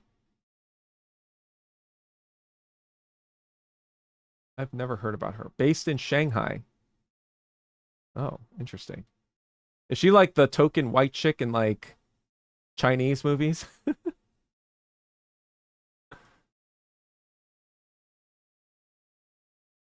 Anyway. Just Doug the Broadway show is next. Oh god. Drop poker and get on the Go circuit. You could stream Go someday. No, I'm terrible. Like my dad watched like fucking hours of fucking Go on YouTube every day. And when he played online, he was like max like 7 or 8 Q. 7 or 8 Q is like the ranking system. The lower the Q, the better until you get to 1 Q, and then the next one is Dan. But then the higher the Dan is better. So 9 Dan is the highest ranking possible, but he was still in the Q level around 7 to 8 Q. And he would watch this shit every day, and then I would play him sometimes. He'd give me like a 9-piece advantage, a piece on every fucking one of the middle corners. And I'd still get fucking wiped. It would be like GG, no re. I was like, I don't even fucking want to play this. It's like the skill differential. This is like, I think I was like probably like 25, 24 Q when I played against computers. Or not computers, when I played online. So yeah, I'll probably not be doing that since I sucked balls. I have some books, but I didn't have any motivation to like get better. It just takes a lot of fucking. There's just a lot. It's a lot more complicated than it looks. I mean, it looks like a very simple game, like you're just putting dots on a fucking 19 by 19 grid, but it's fucking impossible. Anyway, your kids will be rich. What are my kids being rich for? I got a 2-bed condo. Come, bro. Communist girls are the best. Are you like? How are you meeting them there, Richard? Are you like just going out to bars and shit, or are you like meeting them on apps, or are you making like friends too, like just regular dudes or whatever? How's that all fucking work there? Vietnamese girls are kind of like Korean girls with Chinese characteristics. Huh? I could see that. I'm curious though, what a North Korean girl is like. That's what I'm curious about. Is it just me, or are the WMA feminists real quiet Well, I think the WMA feminists have been just quiet overall in the past year or so, just because I think, you know, they've been getting Oxford studied left and right, like whenever they post about shit, people already are saying like Oxford study no matter what they say. It's actually kind of like, I don't know, whatever. Great input, David Tay. What was the great input? What do you think about Filipinos generally? What do I think? Um, well, it's tough to say, right? Because they occupy a unique space because well, first of all, they were formerly colonized by the United States in 1902, I believe. Um, they were kind of like the guinea pigs for American imperialism into Asia, right? Like in my video, I explained like how, yeah, the whole brothel shit, whatever, from the American military in Asia, that started in the Philippines, right? It wasn't as extensive until after World War II, of course, because Japanese showed you how extensive and exploitative you could make it, right? But there still existed this element. So there's this kind of unique sort of situation. And then on the other side, Filipino men, they don't look quite Asian, right? They kind of like can pass for Mexican sometimes or Hispanic. And that's almost like understandable too, because um they didn't race mix that much with Spaniards, but you know, a lot of our DNA is the same as the natives, right? Or East Asian or Asian DNA is very similar to Hispanic people, or not Hispanic, or natives, which Hispanic people are white people plus native people, right? So it's a little different in that regard. So there were little different dynamics, since Filipino men on average are pretty good with white women, believe it or not. They kind of started that trend. They were actually attacked for it in the 1920s, 1930s. And so their experiences are a little different than the rest of East Asia in terms of both being in Asia and in America. Again, because of that lead, they became much more established as an ethnic group in America. That's a big reason why, on average, their income is pretty high. Because, like, the stereotype is that they're jungle Asians, right? And, like, East Asians make all the money, right? But in America, they actually, on average, make more money than the average Korean American. Now, that might be shifting with this generation and future generations. But in general, yeah, they because they've been here for a while, so they know the lay of the land, so to speak, right? So part of the big reason why, one of my theories is why South Asians succeeded, like Indian Americans, for example, they have like higher than most Asian Americans, I think. And the reason I think is because of British colonialism, they had much more experience dealing with white superiors and knew how to like play the game a little bit better. Whereas, obviously Koreans, Chinese, Japanese, whatever, that came since 65, they didn't even know the language, right? They're coming here, they got to learn the lay of the land. So it takes like a generation or two to equalize there. And so Filipinos are a little different in that regard. Also, I do feel bad because like they've just had this like super corrupt leadership, the Marcos family. They're probably the most corrupt fucking family in all of fucking Asia. That stunted their growth, right? Because after World War II, they were one of the most industrialized nations in Asia because of American colonialism, right? And so they had a significant head start, but it's just because of Americanoids and whiteoids, they basically turned the Philippines into like a second Hawaii, right? It's just like a place with a lot of resorts, a lot of casinos, a lot of like places for whiteoids to white around. Um, so in general, I mean,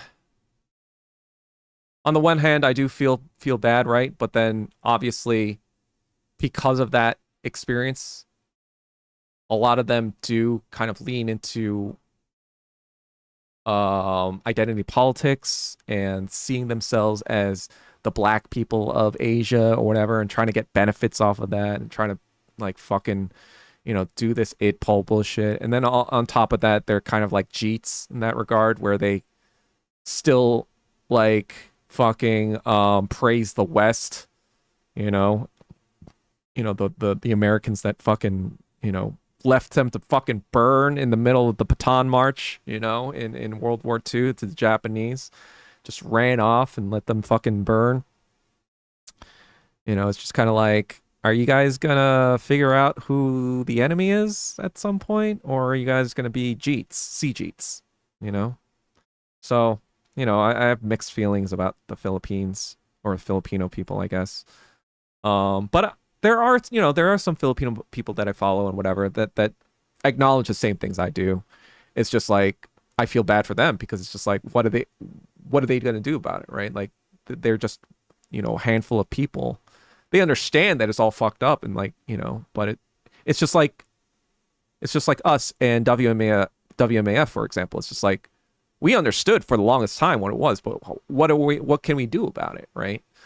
So, it's complicated, but I have very mixed feelings about Filipinos because of all these different reasons. It's again, Filipinos aren't a monolith. There's a lot of people who are Filipino. I have a Filipino roommate, Filipino American, and I've met, obviously I've met the Amboy type of Filipinos who are right leaning and like part of the military probably usually, but then there are left leaning Filipinos, obviously. Unfortunately, a lot of them are kind of like Western left ish, so I don't really like that part. But yeah, again, I don't know. I do know some Filipino and Filipino American communists though, so wide variety of opinions, I guess. Because I don't like to treat any sort of people with a broad stroke. I like to that's my thing. I like to meet people of all different types of backgrounds and, try to triangulate my opinion based on reality, not based on what other people say or whatever. I don't know. No feminists in Vietnam. Nice. Many Vietnamese girls learned Korean here. They probably have better Korean than me then. They are follower of Joy Luck Club, especially the part where the mother Wait, the mother drowns her Chinese baby in the fucking movie. I missed that part. I need to. Jesus, I might not. I might have to rewrite my. Are you sure he drowns her baby? I might have to change my. I might have to change the script. So that mean Walt Hitler and Trotsky Hector conspired to get Stalin successfully?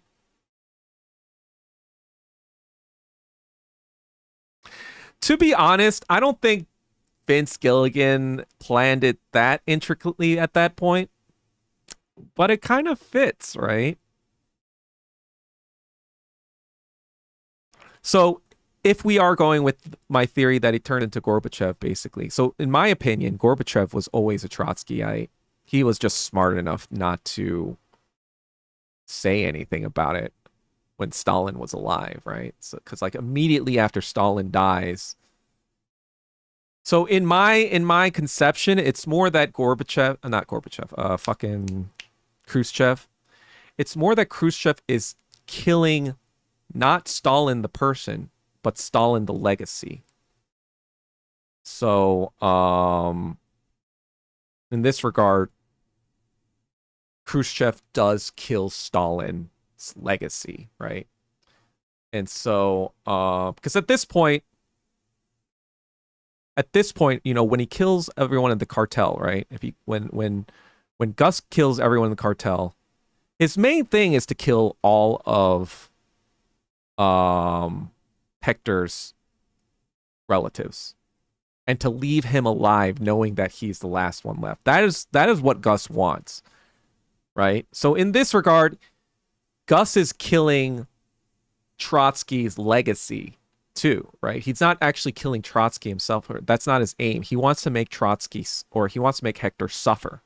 And he reiterates that in Better Call Saul. When you look at the speech with Lalo Salamanca, when Gus is talking to him in the last speech about like how Gus is saying, you guys are all fucking jackals, you guys don't have any vision, I am different from you guys, etc., etc. First of all, he's saying that he's different from the Trotskyites, right?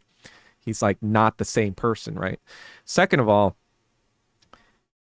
he tells Lalo, or in the video, he's like, I'm going to kill every last one of you, and then I'm saving Hector for last, or I'm saving Eladio and Hector for last, basically. So you'll know that it was me that killed all of you. And you know, I feel like that scene where he's going to kill Hector, right? That's more because like Hector ostensibly talked to the DEA, right? Like before in the scene before, and so they worry that he's a threat. So you can see the DEA as more like the allied powers, like America and Britain. And so it's like Hector kind of like going to the capitalists for support or whatever. And so now Stalin thinks he's a threat, right? And so he's got to Mercader his ass. In my opinion, though, Nacho is Mercader because Nacho kills the Trotsky by paralyzing him and making him kind of like a non-factor. Anyway, that's sorry. I'm giving off too much of the plot already. Vince Gilligan gives off theater film professor vibes. So one of the biggest things, I came up with this not just because of not just because I'm obsessed with Breaking Bad, but because I've been researching the Nazis, right?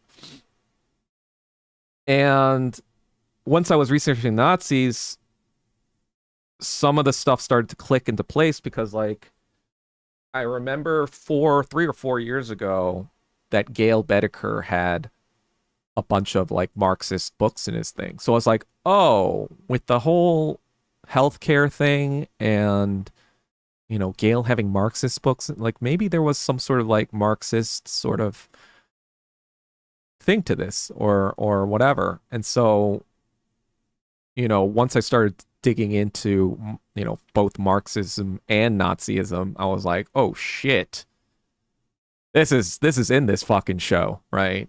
And basically seeing how everything was German for some reason, and that becomes a lot more apparent in Better Call Saul too. I talk about German cars, for example, in Breaking Bad video. In Better Call Saul, they explicitly say, oh, you and your German cars, or I'm going to get my German car. It's like, once would be kind of like, okay, but they do it twice. It's explicitly say my German car, like, as in like this represents wealth and power and whatever. So I was like, the Better Call Saul stuff kind of solidified my theory for me because like I'm watching them both now, right? I'm watching Breaking Bad, and so I was like, okay, they're trying to do something with the Germany stuff, so let me research that. So that's kind of like how my thought process was in doing all that. But so I recently finished Richard Wagner. There's this prose book called I packed it up already, so I can't show you. But it's the one called The Artwork of the Future and Other Works. It's just kind of his writings after the 1848 revolutions about what art means to him, art and revolution, and all this other stuff. And when I was reading it, it was not a good read. It was rambly. It talked about German shit that I didn't fucking care about, and talked about a lot of other like stuff in circles.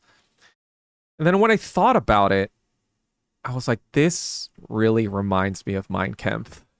I feel like Hitler was literally writing his version of Wagner's autobiography or like writings, but like his version of it.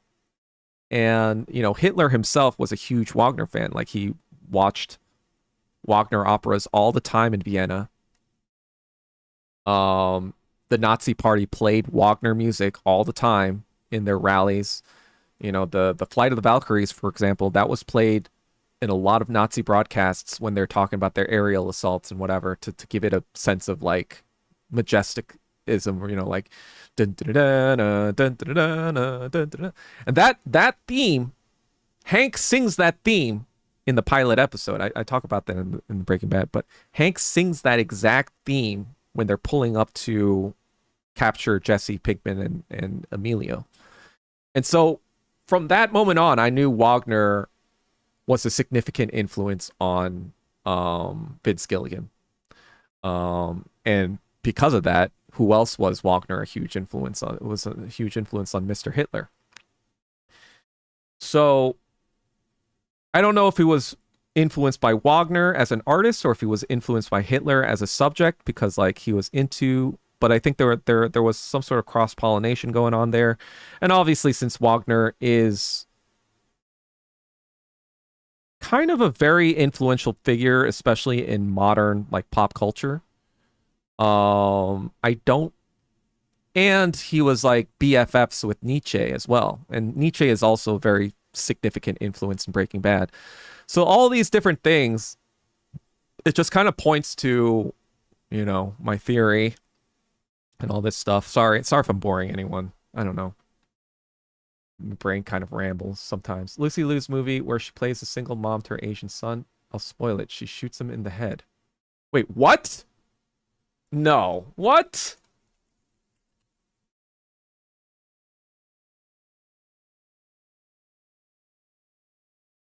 Is this a new movie? Lucy Liu stars in a dramatic film Rosemead, which is inspired by a tragic real-life story of a mentally terminally ill mother and her son who has severe mental health struggles. A dying mother's plan: buy a gun, rent a whole hotel room, kill her son. Oh, this is kind of like a twisted mice and men fucking story. Oh, God. Terrible. Wow, yeah, Asian American women talk shit in media. Yep. Look at Ken Jeong's first role, being naked in Hangover, throwing his junk in the actor's face. I think his first role actually was in that comedy, wasn't it? The wasn't it that the Community? I think it's called Community. I think he was in that one first. Probably those short draws, dude. You were in his backyard. Of course he was gonna murk you. Lol. Whose backyard was I in that I was gonna get murked? Young Park doesn't count as Young Mi Park. No, she doesn't count as North Korean girl because she's a fucking defector and a traitor and liar piece of shit. Got friends from USA, all American at bars, apps, walking the street. There are young women everywhere. Oh, so you're not really meeting locals then. You're meeting other expats and stuff, right? It's literally mostly black, brown, and white dudes posting. Yeah, exactly. And they have the audacity to fucking blame us again, like fucking retard foids that they are. This is what they do. This is collective narcissism, right? They have to blame it's never their fault. This is what a group of identity politics They will never admit any accountability because it ruins their image of being the perpetual victim. They derive their power from being a victim, right? It's this applies to Zionists, this applies to black liberals, this applies to foids, this applies to trans people, retards. They can never admit any sort of fault because to do so would be to negate their victimhood status. So it's the same fucking thing with these WMAF mind virus retards, right? Most of them, or a lot of them, have gotten the message, right? That's why you don't see a lot of them talking anymore, right? A lot of them kind of get it, that it's not very popular to say the same stupid fucking bullshit anymore because they're realizing it's not being received well, or they're realizing they're just going to get Oxford study all over their fucking comments. So there's a price, right? There's a social shame price. See, with Zionists, because there's still no price, they still get to fucking murder children and fucking, do whatever they want. They still repeat the same fucking bullshit about 10-7, about Hamas, about whatever, blah, blah, blah, because there has been no consequence for their actions. But for WMF women, they've been getting, all this Oxford, and then for liberal white women now they're like, oh shit, we can't say this shit out loud, or else we might get might lose our jobs. There's been a reporter from Vanity Fair that lost her job because she was fucking grinning ear to ear in the fucking courtroom. They're realizing there are consequences to like approving of blatant psychopathy, right? And so, yeah, it's the reason they're stopping isn't because Asian men have been calling this out since forever, right? So then they're not stopped, or the Oxford study stuff isn't being effective because Asian men are saying it. It's effective because other men are saying it, or even fucking some women, non-Asian women are saying it, right? You have other women calling it out too. That's the ultimate fucking stamp of like negative approval, right? Like when you have other women calling out your fucking bullshit, then it's like, oh, we can't even track back to the patriarchy argument anymore because now that's being nullified by this, right? And it's just kind of like, even with the Carmelo Anthony incident, like I talked about last time, right? Black people realized, oh shit, we can't just be like saying kill all white people because that ain't gonna turn out well for us, right? And you have other black people calling that shit out too. So like we're seeing all this fall apart in real time. Because they cannot a lot of those black people, for example, that defended Carmelo Anthony, the reason why they were that fucking crazy and retarded is, again, they cannot accept like their whole identity politics image has to be pristine, has to be such that it is always the white person's fault. It is always the man's fault. It is always the anti-Zionist's fault, right? When that logic is affected in any way, it removes their leverage. So that's why they will continue these crazy loops of self-justification of psychopathy, even though it's readily apparent to everyone else. Everyone else sees the Oxford study. Everyone else sees the fucking, Gaza genocide. Everyone else sees Lindsay Clancy being a psychopath. Everyone else sees fucking Carmelo Anthony being a psychopath. But because they have collective narcissism, their collective self-image cannot acknowledge those things as actually being true because it destroys their entire fucking victimhood narrative. So anyway, best idea would be something like my mom, since my harabachi was from the north of Joseon before the formation of Hanguk. In short, not a bullshitter. I thought Bruno Mars was black, but he's Filipino. He is Puerto Rican, Filipino, Jewish. I think those three might be some sort of white as well. I think he's those three. So, mom considered herself as a daddy's girl, so I guess it rubs off. No nonsense, no bullshit. I see. Watsonville riots? Yeah, exactly. Number would plummet if you remove the work visas. Indian Americans are indeed loaded. Plus, to their credit, they know how to unify. Not really. Caste system came with them.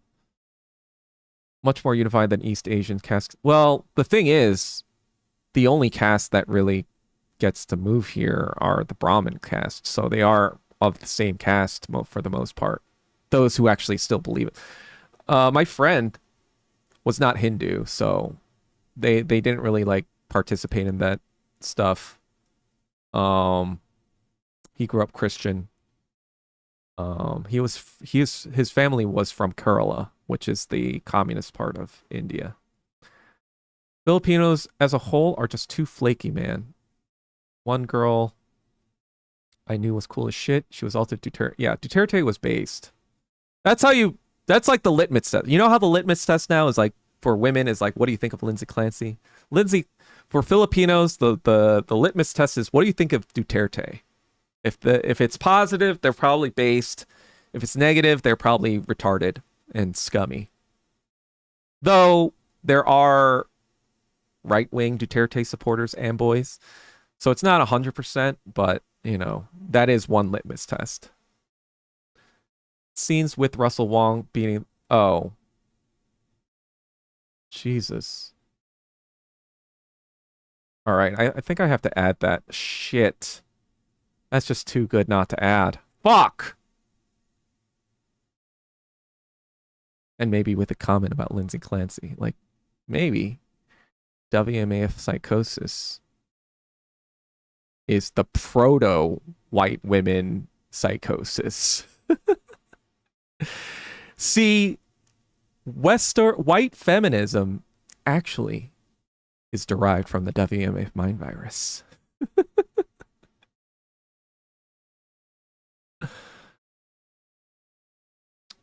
North Korea only has one train and one train station, and everyone has to push the train. Exactly. That's why Yeonmi Park is retarded. I love how Korean and Chinese media do not give Asian American women any time of day, lol, because Asian American women in Hollywood. Yeah. Well, Chinese media too, they understand that Asian American women are usually fucking traitors to Asia. So.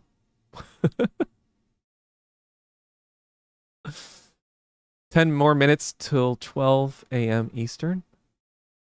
Full moon tonight. Oh yeah, one change. Sorry to all my LA or West Coast fans, but I'll say this again. But when I go again on stream, probably 2 weeks from September 10th, I want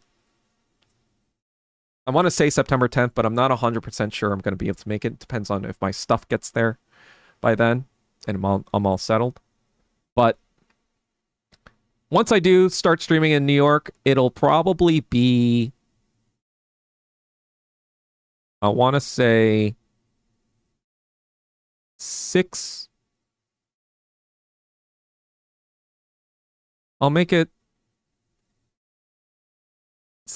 yeah, probably 7 to 9 Eastern. 7 to 9 Eastern on Thursdays, and maybe a little later, maybe 8 to 10 on Sundays to kind of keep it a little bit later.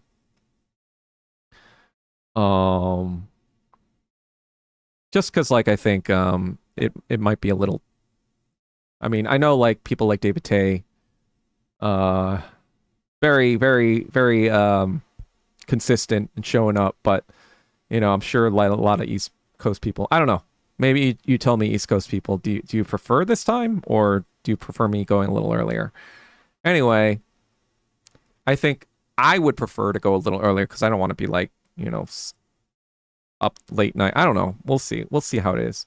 But for the time being, let's just say it'll be around 7 to 9 once I get to New York. 7 to 9 Eastern. So that'll be that. And of course, if you can't make it, you know, the streams always come up. I leave them on the channel so you can check in and see what I said, whatever. Blah blah blah blah blah. You know, once I get big enough, hopefully I'll have someone who can, you know, do all the fucking timestamp and coding, whatever, because I'm way too lazy to do that, but whatever.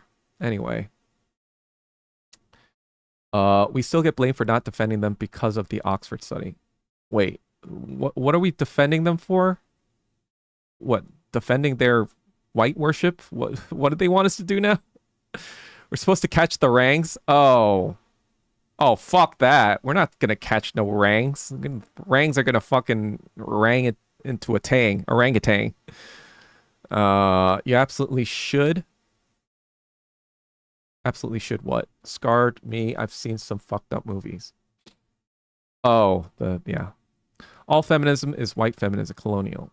Ooh, East Coast time. Hopefully your mic doesn't explode. We are Charlie Kirk. What are the lyrics again?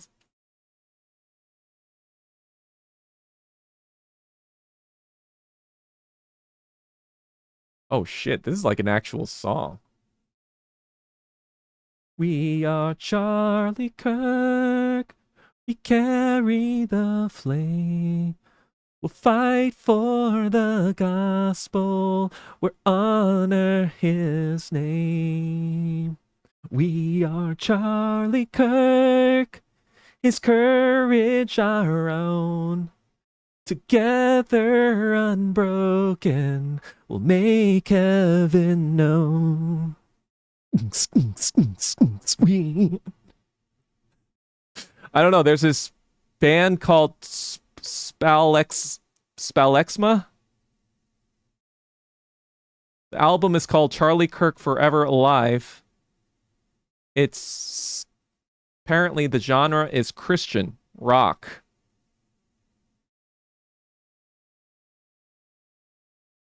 Feel like your tooth sensitivity isn't severe enough. Wait, can you hear that? To deal with? What if I told you Sensodyne has a fast and simple remedy? Sensodyne Clinical Repair starts to repair Let's see.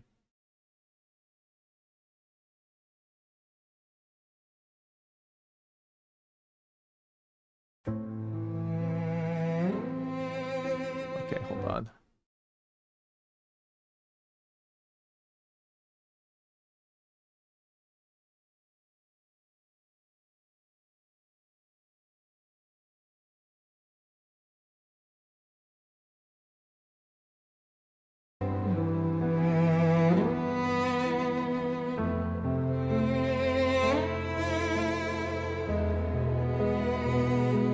He stood unshaken, a voice in the storm to die. We are Charlie Kirk, we carry the flame. We'll fight for the gospel, we'll honor his name. We are Charlie Kirk. Maybe I'll no, I don't want to get Goy killed.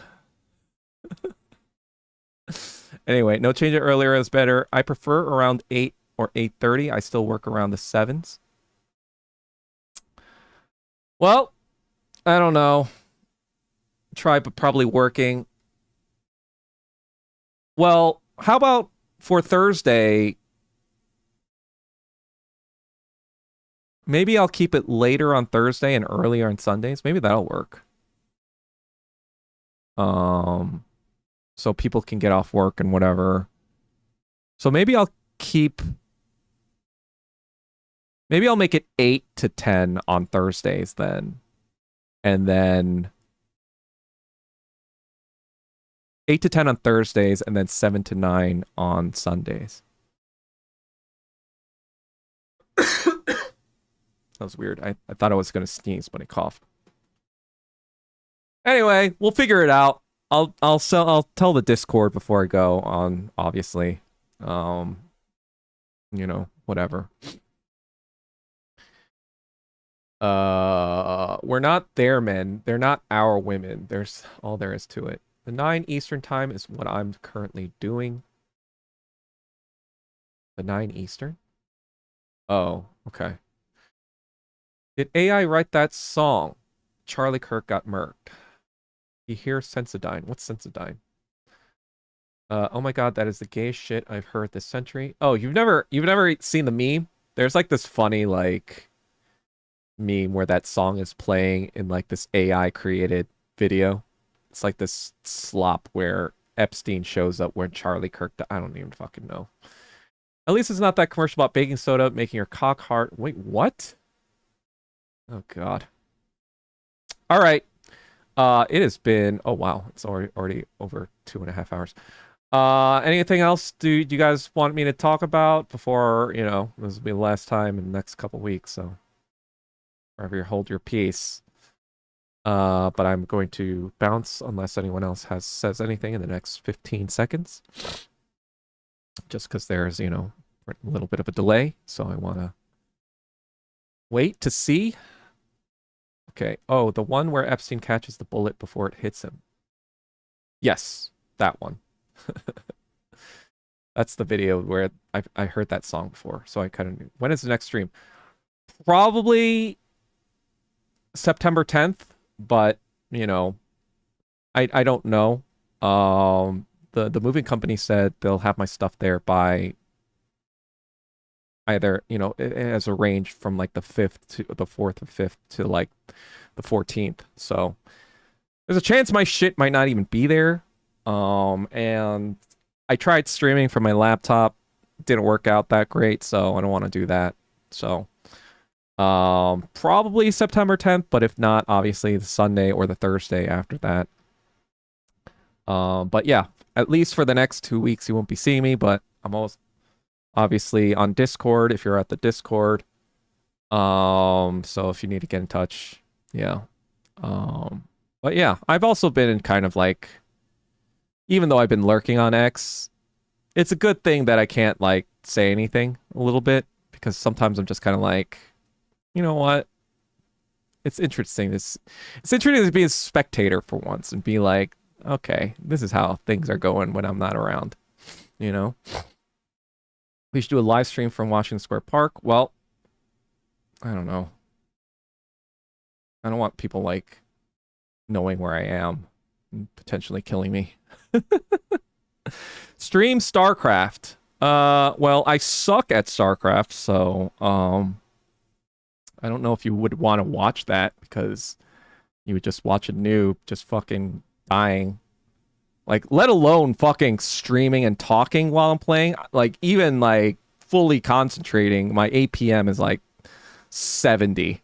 I'm like an old fucking man. I'm terrible. I'm the negative Korean stereotype when it comes to StarCraft. Have a safe trip. Thanks, Richard. When's next stream? Oh yeah, we are Charlie Kirk. We should still okay. All right, that's it for me today. I'll see you in a couple weeks. Stream the campaign. Are you talking about like the old school StarCraft? Like StarCraft 1? I heard that like there are some people who are streaming, like actually make money streaming. My friend, my Korean American friend, watches these streams. I was like, what do you watch for fun? He was like, I watch StarCraft streams. I was like, all right. Yeah, or Brood War. As stupid as it is, I kind of liked StarCraft 2 more, just because like I played a lot of 2v2s and it was just more streamlined and shit. And I like the Colossus, just like I would just make the Colossus while he would, manage the bases and manage the defenses until it was time to fucking go out with their death ball and be like, just like seeing the Colossus just slice through all these fucking armies. But yeah, anyway, people making Mike Tyson. I think like there'll be a niche thing for everything, I guess. All right, goodbye for real. See you in 2 weeks at the minimum, possibly more, but again, can catch me on other channels.